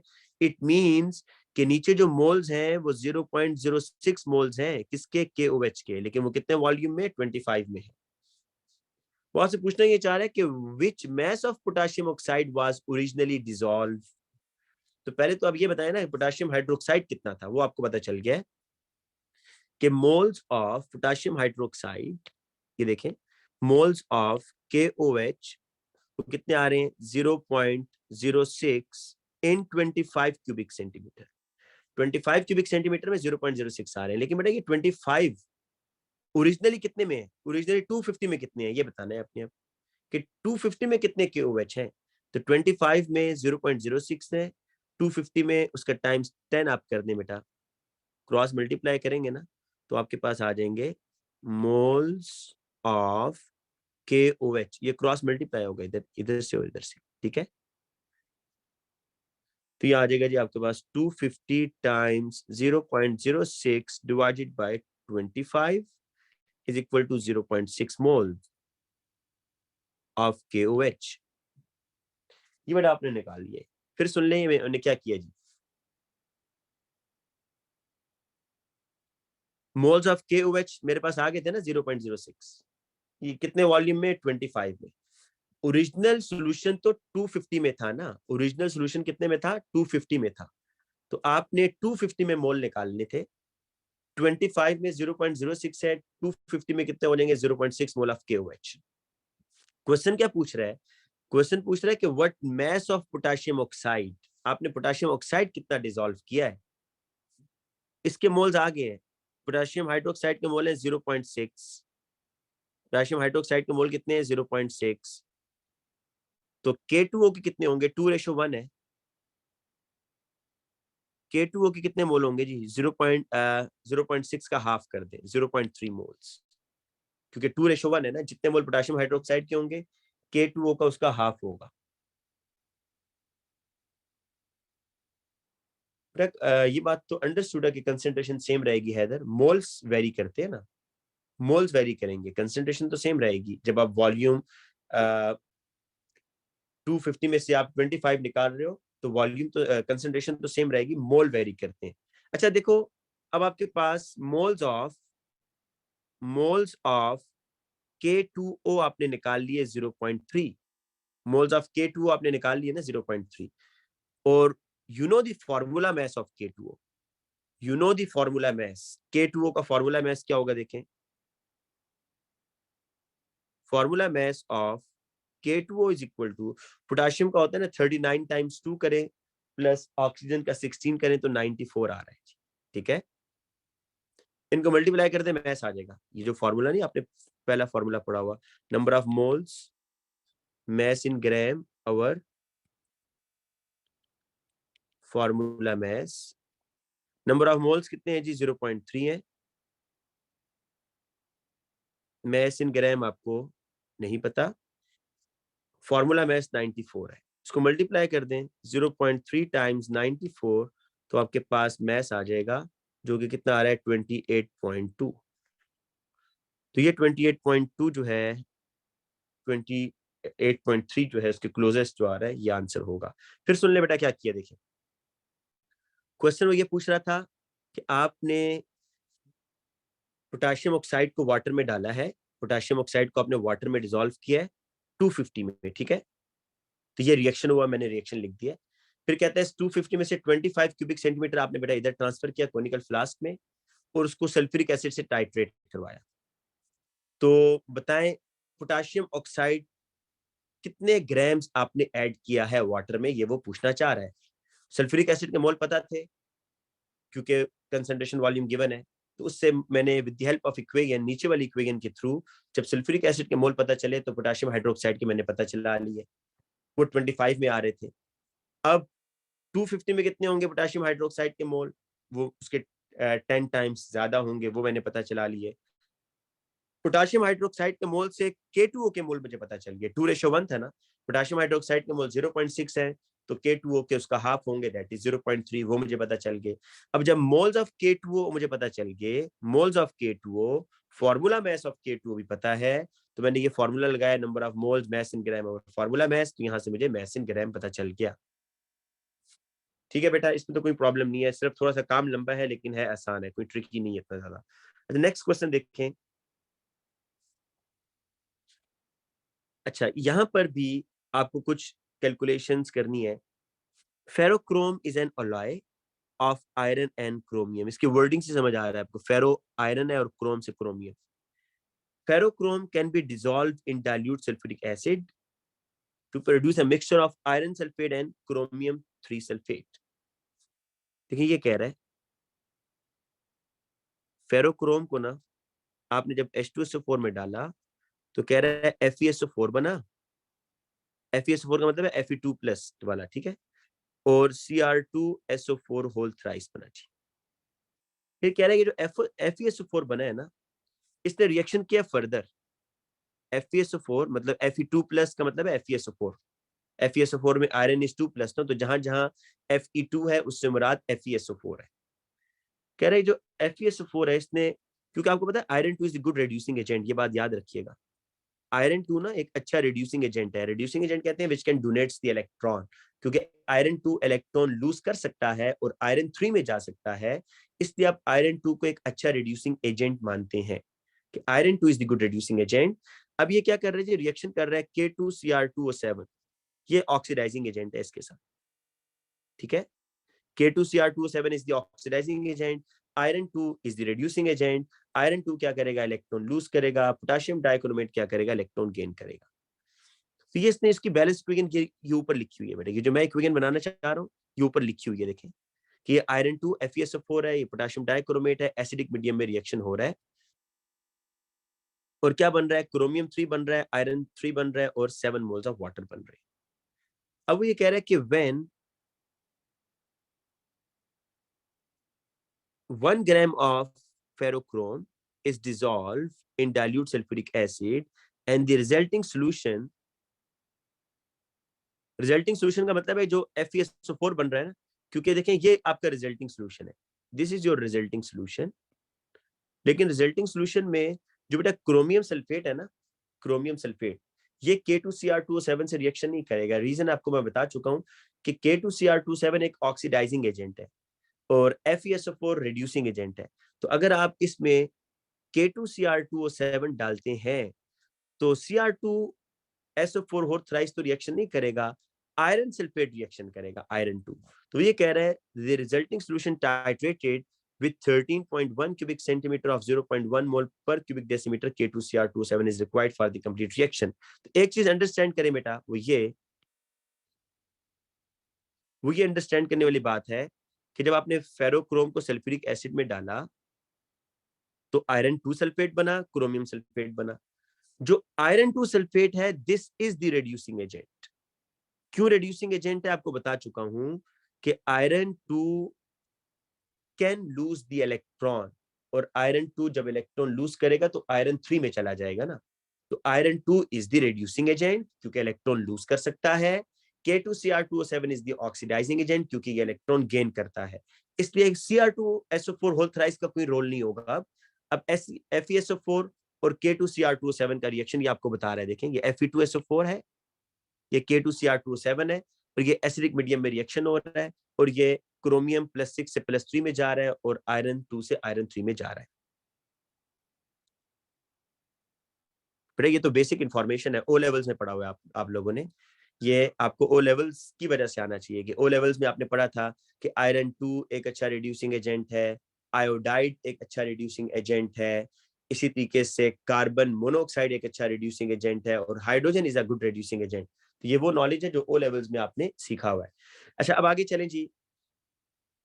जब इन दोनों का रिएक्शन अब हो रहा है, किसका, पोटेशियम डाइक्रोमेट और आयरन सल्फेट का। This is the potassium dichromate and this is the iron sulphate. ठीक है, अब बेटा देखें पोटेशियम डाइक्रोमेट के लिए क्या उसने मैक्सिमम इंफॉर्मेशन आपको दी हुई है, क्या मोल निकाल सकें? यस, पोटेशियम डाइक्रोमेट के उसने आपको वॉल्यूम भी दिया हुआ है और उसकी कंसेंट्रेशन भी दी है। तो उसके मोल निकाले ना, पोटेशियम डाइक्रोमेट के मोल्स कैसे निकालेंगे? 13.1 टाइम्स 0.1 डिवाइडेड बाय 1000। तो मोल्स आ गए जी आपके पास, किसके? मोल्स ऑफ K2Cr2O7, या आप Cr2O7 2 माइनस जो मर्जी कह दें। इसके मोल्स कितने आ रहे हैं? 0.00131। ठीक है, स्लैश मैंने लिखा है, आप K2Cr2O7 कह दें या Cr2O7 कह दें, एक ही बात है। अच्छा अब बेटा आप इक्वेशन को जरा देखिए ना, इक्वेशन को। तो K2Cr2O7 और आयरन में मोलर रेशो क्या है? मोलर रेशो क्या है? 1:6। जितने मोल पोटेशियम डाइक्रोमेट के यूज होंगे ना, आयरन 2 सल्फेट के उसका डबल यूज होंगे। तो इसका मतलब ये हुआ कि मोल्स ऑफ जो आयरन 2 है या FeSO4 है उसके 0.00131 टाइम्स 6 करेंगे आप, कितना आ जाएगा? 0.00786। ये मोल्स आ गए जी FeSO4 के या Fe2+ के। ठीक है बेटा, आपने क्या करना है, निकालना है क्या आपने? कह रहा परसेंटेज बतानी है मैस ऑफ आयरन की, कि आयरन का मैस कितना है बेटा। ठीक है, आपने आयरन के मैस की परसेंटेज बतानी है इन फेरोक्रोम, कि इस फेरोक्रोम में आयरन का कितना मैस है। तो बेटा मोल्स ऑफ आयरन आ गए या नहीं आए? This is the moles of iron, ये मोल्स ऑफ आयरन है। इसका मैस निकालें। मैस ऑफ आयरन क्या होगा? 0.00786 इनटू इट्स एटॉमिक मैस। बेटा ये फॉर्मूला लगाया है वही, अगर आपको याद नहीं आ रहा ये देखें। Number of moles equal to mass in gram over AR, atomic mass. Number of moles कितने हैं? 0.00786। मैस आपने फाइंड आउट करना है, और एटॉमिक मैस आयरन का होता है 55.8। तो मैं 55.8 को इधर क्रॉस मल्टीप्लाई कर लिया। देखें ये नीचे फॉर्मूला से आपको नजर आ रहा होगा। तो अब आपके पास मैस कितना आ रहा है जी? मैस आपके पास आएगा 0.4385। मैस ऑफ आयरन आ गया। मैस ऑफ आयरन आ गया फेरोक्रोम में। अब परसेंटेज निकालनी है ना बेटा, तो percentage of iron in ferrochrome, mess of iron कितना है 0.4385, टोटल मैस कितना है फेरोक्रोम का 1 ग्राम, टोटल मैस कितना है 1 ग्राम है, इनटू 100, तो आप बेटा इसको इनटू 100 करें तो आपके पास आंसर आ जाएगा 43.9 कि फेरोक्रोम में आयरन 43.9। इसको फिर एक्सप्लेन कर देता हूँ, सुने, फिर एक्सप्लेन करता हूँ क्या किया मैंने। सबसे पहला काम बेटा, अच्छा इसमें कुछ ऐसे स्टेप हैं जो मैंने मिस किए हैं शॉर्ट करने के लिए। इसको देखिए, वो ये कह रहा है कि फेरोक्रोम जो है ना एक अलॉय है, आप इसको सल्फ्यूरिक एसिड में डालें ना तो क्या होता है, आयरन सल्फेट बनता है, FeSO4 और क्रोमियम सल्फेट बनता है। ठीक है, कह रहा है कि जो आयरन सल्फेट है ना ये कितना बना है, सारी बात है। देखिए अगर इसमें जितना आयरन होगा ना, जितना आयरन इसमें होगा उतने मोल आयरन सल्फेट बनेगा। अगर इस फेरोक्रोम में आयरन होता ना सपोज 10 मोल, तो ये आयरन सल्फेट कितना बनना था, 10 मोल बनना था। अगर इस फेरोक्रोम में होता आयरन 20 मोल, तो आयरन सल्फेट कितना बनना था, 20 मोल। तो अब आपको ये जो रिजल्टिंग सोल्यूशन बेटा आया है ना, इस रिजल्टिंग सोल्यूशन में आपने ये फाइंड आउट करना है कि आयरन है कितना, आयरन 2 कितना है। तो अब आप देखें आयरन 2 की नेचर देखें। जैसे आपको पता है कि अगर कोई बेसिक सोल्यूशन हो, उसकी कंसेंट्रेशन फाइंड आउट करने के लिए आप टाइट्रेशन करते हैं एसिड के साथ। अब ये है तो सॉल्ट, लेकिन आपको पता है ये रिड्यूसिंग एजेंट है, ये इलेक्ट्रॉन लूज करता है। तो आप किसी भी ऑक्सीडाइजिंग एजेंट, मतलब जिसके पास इलेक्ट्रॉन गेन करने की एबिलिटी हो, वो KMnO4 भी हो सकता था, वो K2Cr2O7 भी हो सकता था, both are good oxidising agent. तो आप किसी एक से रिएक्शन करवा सकते थे।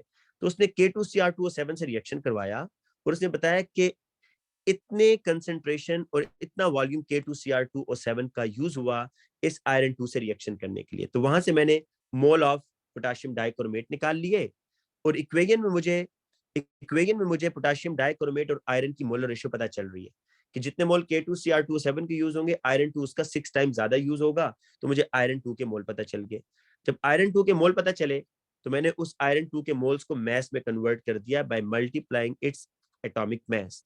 तो मुझे ये पता चल गया कि आयरन का मैस कितना है। ठीक है, कितना आयरन जो है ना, आयरन सल्फेट में कितना आयरन है। तो डेफिनेटली ये जो आयरन सल्फेट का आयरन है ये कहां से आ रहा है, फेरोक्रोम से आ रहा है ना, फेरोक्रोम से ही तो आ रहा है ये। जितना ज्यादा मैस होगा फेरोक्रोम में, उतना ज्यादा मैस आयरन सल्फेट का प्रोड्यूस होगा, राइट। और जितना कम मैस आयरन का होगा फेरोक्रोम में, उतना कम मैस आयरन सल्फेट का बनेगा। ये बात अंडरस्टैंड करनी है आपने, जो मैं बात बता रहा हूँ कि फेरोक्रोम में आयरन जितना ज्यादा होगा, आयरन सल्फेट उतना ज्यादा बनेगा। फेरोक्रोम में आयरन जितना कम होगा, आयरन सल्फेट उतना कम बनेगा। तो जितना आयरन सल्फेट बनेगा ना हमारे पास, जितने मोल्स फेरोक्रोम में, उतने मोल आयरन के होंगे। तो मुझे यहां से जब मोल्स मैंने निकाले, मोल्स निकालने के बाद मैंने फिर मैस निकाला आयरन का। मैस मुझे पता चल गया 0.4385 ग्राम्स है। तो ये मुझे पता चल गया कि 1 ग्राम फेरोक्रोम में 0.4385 ग्राम आयरन है, तभी तो उतना आयरन सल्फेट बना है। फिर क्या होगा जी, मैंने परसेंटेज निकालनी है। तो I mass of iron divided by total mass into 100 किया तो 43.9 इज द आंसर। ठीक है, नेक्स्ट क्वेश्चन पे आए बेटा। अब नेक्स्ट क्वेश्चन ये कह रहा है कि अ mixture of 10 cubic centimetre methane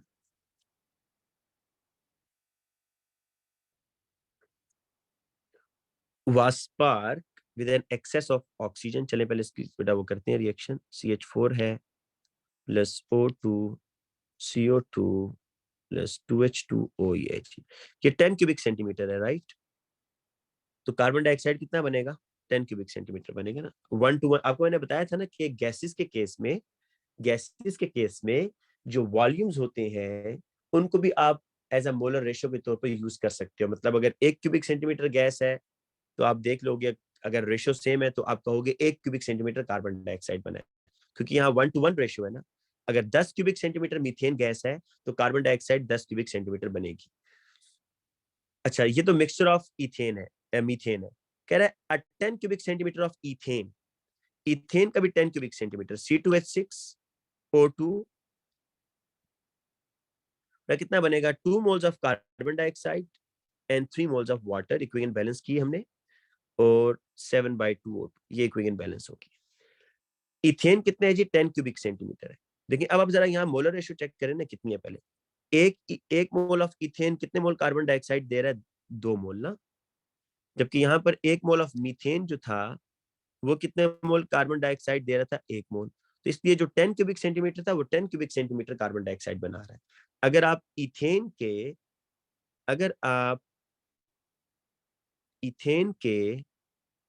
10 cubic centimetre लेते हैं तो कार्बन डाइऑक्साइड कितना बनेगा? 20 क्यूबिक सेंटीमीटर बनेगा, उसका डबल बनेगा ना, क्योंकि 1:2 है। तो 10 cubic centimeter ethane produces 20 cubic centimeter of carbon dioxide. यह मिक्सचर है, एक ही कंटेनर में हो रहा है। A mixture of 10 cubic centimeter of methane and 10 cubic centimeter of ethane was sparked with an excess of oxygen after cooling the room temperature. The residual gas बेटा वो gas होती है जो आपके पास कंटेनर में होती है एट द एंड, क्योंकि रूम टेम्परेचर पर वाटर तो लिक्विड हो जाएगा ना, तो पीछे कौन सी गैस बच गई है? कार्बन डाइऑक्साइड होगी और कुछ ऑक्सीजन होगी, क्योंकि एक्सेस में लिया हुआ है। तो this is the residual gas जो कंटेनर में अभी रह रही है। Residual gas was pass through the aqueous potassium hydroxide. बेटा रेजिडुअल गैस में ये दोनों गैसेज आ रही होंगी, ऑक्सीजन भी और कार्बन डाइऑक्साइड भी, क्योंकि ऑक्सीजन एक्सेस में है ना। ठीक है। All the volumes were measured at the same temperature and pressure. What volume of gas was absorbed by alkali? देखें अल्कली बेस है और इन दोनों गैसेस में ऑक्सीजन और कार्बन डाइऑक्साइड, बेसिक गैस कौन सी है? सॉरी, एसिडिक गैस कौन सी है? Carbon dioxide. Carbon dioxide is acidic gas ना। तो अल्कली किस गैस को अब्सॉर्ब करेगा? कार्बन डाइऑक्साइड को। तो कार्बन डाइऑक्साइड का टोटल वॉल्यूम कितना है वो कह रहा है। What volume of gas was absorb by alkali?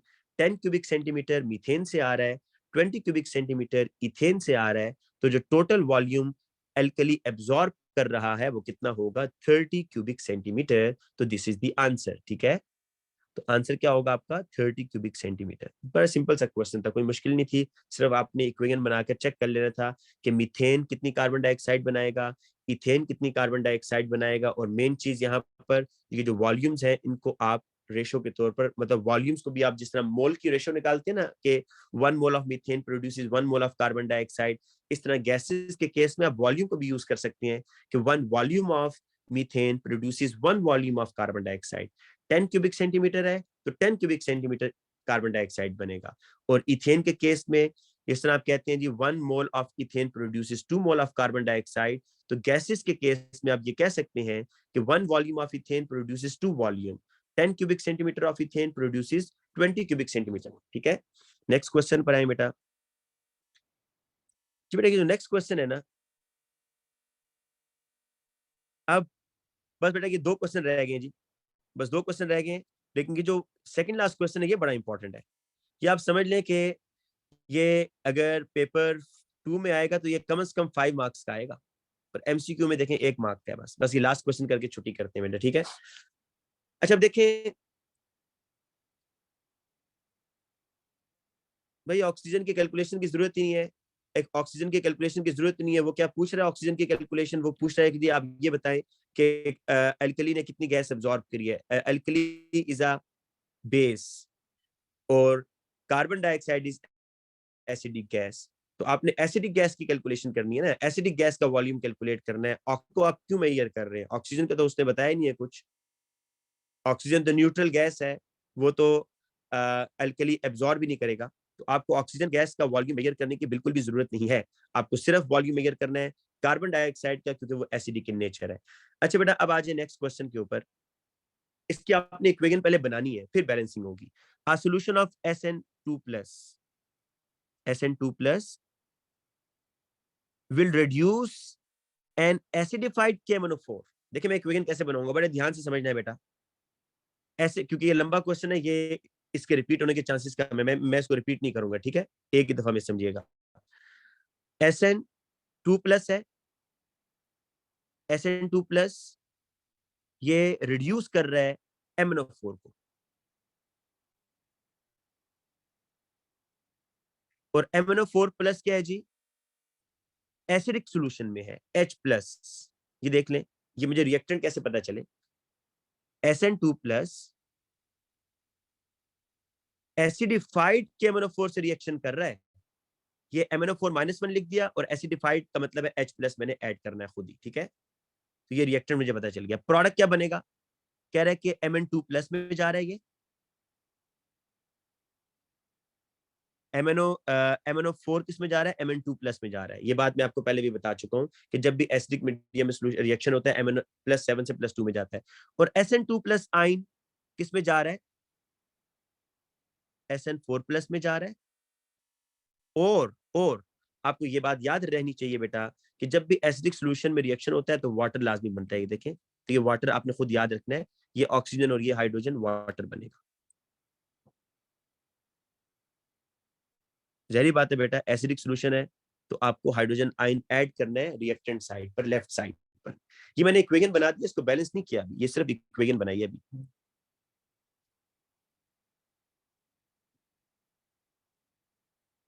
ठीक है जी, ये रिएक्शन हो गया। अब आ जाए आगे बेटा, देखो अगर मैं वाटर नहीं लिखता, अगर मैं वाटर नहीं लिखता, बताएं क्या ये प्रोडक्ट पूरे हो जाएंगे, नहीं होंगे ना। ये हाइड्रोजन और ऑक्सीजन क्या यहाँ की नजर आ रहा है आपको प्रोडक्ट साइड पर, नहीं नजर आ रहा। तो याद रखिएगा, जब भी कोई रिडॉक्स रिएक्शन होता है एसिडिक मीडियम में, उसमें वाटर लाजमी बनता है। जब भी कोई रिडॉक्स रिएक्शन होगा एसिडिक मीडियम में, वाटर लाजमी बनेगा, H2O, क्योंकि ये हाइड्रोजन ने यूज होना है, इस ऑक्सीजन ने यूज होना है, तो वाटर बनाएंगे आप। जब तक आपको ये पहले इक्वेशन बेटा समझ नहीं आएगी ना, देखें SN2+ आपका रिएक्टेंट है, एसिडिफाइड KMnO4, MnO4-1 आपका रिएक्टेंट है, एसिडिक मीडियम है तो H+ इज योर रिएक्टेंट। आगे प्रोडक्ट वो खुद बता रहा है कि MnO4 Mn2+ में जा रहा है, SN2+ SN4+ में जा रहा है, और वाटर आपने याद रखना है कि वाटर बनेगा। अब आ जाए इसकी बैलेंसिंग के ऊपर, पहले बैलेंस करेंगे तो फिर हम आगे बेटा जाएंगे। देखें, आपको एक तो बड़ा क्लियर नजर आ रहा है, ये आप लोग तो बिल्कुल ही भूल गए चीजें। चलें जी, मैं दोबारा बता रहा हूँ, थोड़ा सा बेटा ध्यान से बैठे ना, आप लोगों को क्यों समझ नहीं आ रही ये बात। SN2+ रिएक्शन कर रहा है किसके साथ, एसिडिफाइड। इस एसिड का क्या मतलब होता है जी, एसिड का मतलब है सोल्यूशन में H आइन है, H+, acidified solution of KMnO4, ये जी SN2+ acidified solution of MnO4 से रिएक्शन कर रहा है, और क्या बन रहा है जी, अब 2 का मतलब अब वो आगे प्रोडक्ट बता रहा है, Mn2+ बन रहा है, SN2+ SN4+ में जा रहा है। और अगर मैं यहीं पर चले इसको छोड़ देता हूं, मुझे ये बताएं क्या ये इक्वेशन के सारे प्रोडक्ट पूरे हो गए, नहीं हुए भाई। SN वाला तो चले आपने बता दिया SN4+ में जा रहा है, Mn आपने बता दिया Mn2+ में। भाई ये हाइड्रोजन और ऑक्सीजन किधर गए, प्रोडक्ट साइड पर नजर नहीं आ रहे, तो डेफिनेटली कॉमन सेंस है इसका वाटर बन रहा होगा। अब आपने इस इक्वेशन को करना है बैलेंस। बैलेंस करने के लिए, बैलेंस करने के लिए SN2+ SN4+ में जा रहा है, तो देखें लॉस ऑफ इलेक्ट्रॉन कितने हो रहे हैं जी, लॉस ऑफ 2 इलेक्ट्रॉन्स, ठीक है, लॉस ऑफ 2 इलेक्ट्रॉन हो रहे हैं। अब अगर आप मैग्नीज में देखें, क्योंकि H+ तो बेटा अनचेंज होगा, ये H हाइड्रोजन पर +1 है, वाटर के अंदर भी हाइड्रोजन पर +1 है, तो देखने की यहाँ तो जरूरत मसला नहीं है। अब MnO4-1 पर आ जाए, काफी दफा वैसे हम कर चुके हैं MnO4-1, आपको याद ही हो जाना चाहिए कि मैग्नीज की जो ऑक्सीडेशन स्टेट है यहाँ पर +7 है, और यहाँ पर कितनी आ रही है, +2 आ रही है। तो बेटा ये क्या चेंज आ रहा है जी इधर, मैग्नीज +7 से +2, जी बताएं कि यहाँ पर गेन ऑफ इलेक्ट्रॉन कितने हो रहे हैं, क्या 5 नहीं हो रहे, गेन ऑफ 5 इलेक्ट्रॉन्स, ठीक है। 7 से +2 है ना, मतलब मैग्नीज ने पहले 7 इलेक्ट्रॉन लूज किए हुए थे, अब 2 इलेक्ट्रॉन लूज किए हुए हैं, मतलब इसने गेन कितने किए, 5 इलेक्ट्रॉन गेन किए।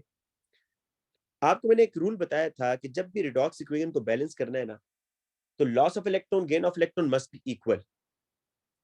टिन, एसएन कहते हैं टिन को, टिन कितने इलेक्ट्रॉन लूज कर रहा है भाई, 2 इलेक्ट्रॉन, तो मैग्नीज 5 कहां से गेन कर रहा है, इसलिए आपको loss of electron gain of electron equal करना है। इसको इक्वल करने के लिए मैं 2 को 5 से मल्टीप्लाई करूंगा और 5 को 2 से करूंगा। तो ये जो बेटा मैंने कोफिशिएंट लगाए हैं ना, ये जो मैंने अभी कोफिशिएंट बेटा यहाँ लगाए हैं,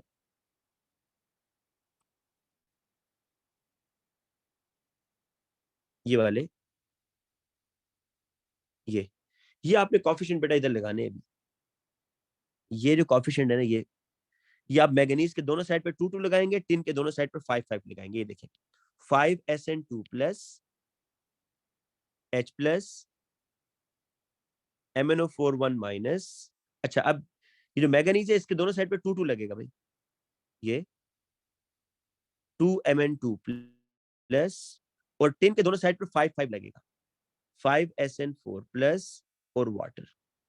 ये बेटा फिर चेक कर लेंगे, यहाँ पर मैं रुक रहा हूँ और फिर बता रहा हूँ कि देखें लॉस ऑफ इलेक्ट्रॉन 2 था, मैंने 5 से मल्टीप्लाई किया, तो ये 5 टिन के दोनों साइड पर लगेगा, इधर भी और इधर भी।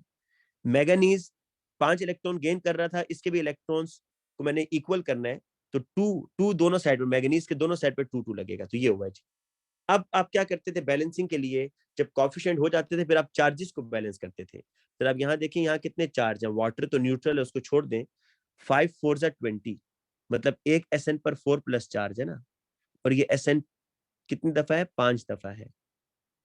मल्टीप्लाई कर लें बेसिकली, तो मैं बिल्कुल आपको सिंपल करके बता रहा हूँ, तो टोटल चार्जेस ऐड कर लें, तो 5 4 20 प्लस 20 चार्ज ये आ रहा है, 2 2 4 प्लस 4 चार्ज ये आ रहा है, तो कितना चार्ज आ रहा है जी, प्लस 24 चार्ज आ रहा है आपके पास प्रोडक्ट साइड पर। प्रोडक्ट साइड पर चार्ज कितना आ रहा है, प्लस 24।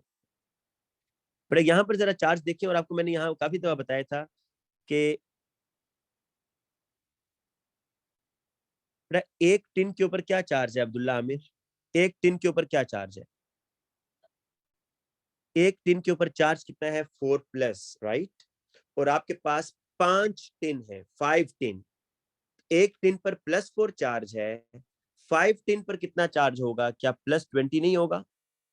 अब्दुल्ला आमिर, अब आप जल्दी से मुझे आखिर में रिस्पॉन्ड भी किया करो, आप क्वेश्चन पूछ के आगे फिर रिस्पॉन्ड नहीं करते कि समझ आ गई है या नहीं आई। एक टिन के ऊपर, एक टिन के ऊपर +4 है, तो 5 टिन के ऊपर +20 होगा। इसी तरीके से एक मैंगनीज के ऊपर, एक मैंगनीज के ऊपर 2 प्लस चार्ज है, एक मैंगनीज के ऊपर 2 प्लस चार्ज है जी। हमाद बेटा, H प्लस कहाँ से आया, आपको ये क्यों समझ नहीं आ रहा, ये तो मैं 5 6 दफा बता चुका हूँ हमाद, कि ये एसिडिक सोल्यूशन है भाई, MnO4 का एसिडिक सोल्यूशन है। तो मुझे ये बताओ, जो एसिडिक सोल्यूशन होगा तो क्या उसमें H प्लस होगा या नहीं होगा। ये बात तो मैंने 3 4 दफा रिपीट किया है, मुझे जल्दी से अभी इसका रिप्लाई करो कि एसिडिक सोल्यूशन ऑफ MnO4 है। तो एसिडिक सोल्यूशन का मतलब है कि आपने MnO4 को एसिड में डिसॉल्व किया, और एसिड का सिंबल क्या होता है, H प्लस होता है। अच्छा बेटा, आप देखिए, नहीं सॉरी कहने की जरूरत नहीं है भाई, मैं आपसे ये कह रहा हूँ कि ये तो मैं काफी दफा रिपीट किया, आपने इसको अंडरस्टैंड करना है कि एसिडिक सॉल्यूशन मीन कि H प्लस आपको ऐड करना है रिएक्टेंट साइड पर। अच्छा, अब देखो कि ये चार्ज +24 आ गया है आपके पास राइट साइड पर। अब जरा लेफ्ट साइड पर आ जाओ, आपको याद होगा, मैं इसको बेटा H प्लस को जरा साइड पे लिख दूं। आपको याद होगा जब मैं आपको ये बैलेंसिंग सिखा रहा था, तो चार्जेस के बारे में मैं आपको कहता था कि आपने जब चार्जेस को बैलेंस करना है, तो इनिशियली हाइड्रोजन आयन के चार्ज को काउंट मत कीजिएगा। उसकी रीजन अभी आपको समझाऊंगा कि ये आपने बैलेंसिंग के लिए रखा हुआ है। देखिए 24 चार्ज इक्वेशन के राइट साइड पर है, तो लेफ्ट साइड पर भी 24 होना चाहिए। जरा यहाँ देखें, टिन के ऊपर कितना चार्ज है, एक टिन पर 2 प्लस, तो 5 टिन पर चार्ज होगा +10। एक MnO4 के ऊपर चार्ज है -1, और ये 2 MnO4 है, तो इसके ऊपर चार्ज आ रहा है -2।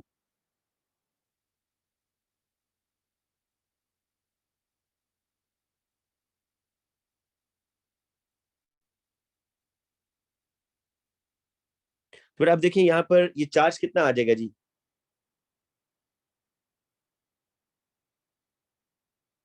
ये कितना चार्ज आ गया, इधर +8 आ गया, और इधर कितना है जी, 24 है। तो ये charges are not equal, charges equal नहीं है। तो चार्जेस को इक्वल करने के लिए बेटा, इस +8 को मैंने +24 बनाना है, इस +8 को मैंने क्या करना है, +24 के बराबर लेकर आना है। तो इसमें कितना ऐड करूं, +8 में कितना ऐड करूं, मुझे मैसेज करके बताएं बेटा, शाबाश। इस में मैं कितना ऐड करूं, +16 ऐड करूं या नहीं? यस 16 बेटा, +16 ऐड करूंगा तो होगा। तो मैं नीचे इक्वेशन दोबारा लिख रहा हूं, 5SN2 plus 2MnO4 1 minus 16H plus 2Mn2 plus 5 mole of SN4 plus N water. अच्छा, पूरी इक्वेशन बैलेंस आप ना भी करें ना, क्योंकि इस क्वेश्चन में ना वो बेसिकली आपसे इन दो की रेशियो पूछा चाह रहा है, इसकी SN2 प्लस की और MnO4 पहले उठ चुके हैं। तो लेकिन ये मैं आपको चले पूरी इक्वेशन बैलेंस करना इसलिए सिखा रहा हूँ ताकि एक टॉपिक रिवाइज भी हो जाए। अब आपको बेसिकली जो कंसंट्रेशन चाहिए ना, जो आपको सॉरी मोलर रेशियो चाहिए, वो टिन 2 और MnO4 में चाहिए, वो आपको पता चल चुकी है कि अगर 5 मोल टिन 2 के होंगे तो 2 मोल के MnO4 के यूज होंगे। अब जरा क्वेश्चन पर आ जाए बेटा। अच्छा, जब भी वो ये कहेगा ना बेटा SnCl2, SnCl2 से मुराद SN2 प्लस है उसकी। जहां इक्वेशन में SN2 प्लस लिखा होगा तो बेसिकली SnCl2 की बात कर रहा है, क्योंकि बेटा देखें एक Cl पर -1 -2 और टिन 2 प्लस। कह रहा है how many moles of Mn2 plus are formed when a solution containing 9.5 gram of tin chloride is added. ठीक है, आपने Mn2 प्लस के मोल्स बताने हैं जब 9.5 ग्राम ऑफ SnCl2 आप रिएक्शन करवा रहे हैं। इसमें बेटा वो पूछ रहा है आपसे मोलर रेशियो SN2 प्लस और इसकी। ये SN2 प्लस कहां से आ रहा है? ये SnCl2 से आ रहा है, ठीक है ना बेटा? मतलब SnCl2 है ना, आप जब इसको आयोनाइज करेंगे तो ये SN2 प्लस बनेगा और 2Cl-1 बनेगा। तो जितने SnCl2 के मोल होंगे उतने ही टिन 2 प्लस के मोल होंगे। ये बात ध्यान में रखिएगा, जितने आपके पास SnCl2 के मोल होंगे उतने ही SN2 प्लस के मोल होंगे। अब देखिए आपको क्वेश्चन में बता रहा है, क्योंकि इतनी ज्यादा वर्किंग उसने आपसे पहले ही करवा लिया, तो ये उसने आपको इसका फॉर्मूला मैथ भी दे दिया है कि 9.5 ग्राम SnCl2 MR इज 190। तो आप पहले मोल निकाल लें, कितना मैस है 9.5 डिवाइडेड बाय 190, 9.5 डिवाइडेड बाय 190, तो कितने मोल आ रहे हैं जी इसके? 9.5 डिवाइडेड बाय 190, ये आ रहा है 0.05, 0.05 मोल्स है। और मैंगनीज के कितने मोल हैं ये आपने निकालने हैं, ये क्वेश्चन है उसका। बेसिकली उसका क्वेश्चन ये था, सिर्फ उसने आपसे इक्वेशन पहले सेट करवाई है। वो कह रहा है अगर SN2 प्लस के इतने मोल होंगे तो बताएं Mn2 प्लस के कितने होंगे। तो आप मोलर रेशियो यूज करें, 5 mole of SN2 plus gives 2 moles of Mn2 plus. ये है जी कि 5 मोल्स 2 मोल्स दे रहे हैं, तो आपने बताना है 0.05 मोल्स कितने मोल्स देंगे? x मोल देंगे। यहां से आप क्रॉस मल्टीप्लाई कर लें, 0.05 times 2 divided by 5 is equal to x। तो आपके पास आ रहा है 0.02 मोल्स, 0.02 मोल्स। तो ये देखें आपका आंसर होगा 0.02 मोल्स। ठीक है, तो इसमें बेटा कोई इतनी परेशानी की बात नहीं है, क्योंकि बहुत लंबा या बहुत मुश्किल क्वेश्चन है। बेसिकली आपको इक्वेशन बनानी है, इक्वेशन बनाने के बाद आपको टिन और ये मैंगनीज इसके कोफिशिएंट को बैलेंस करना है। बैलेंस नहीं करेंगे तो डेफिनेटली, क्योंकि आपकी रेशियो गलत बनेगी, फिर आपका आंसर नहीं आएगा। तो आपने बैलेंसिंग करने के बाद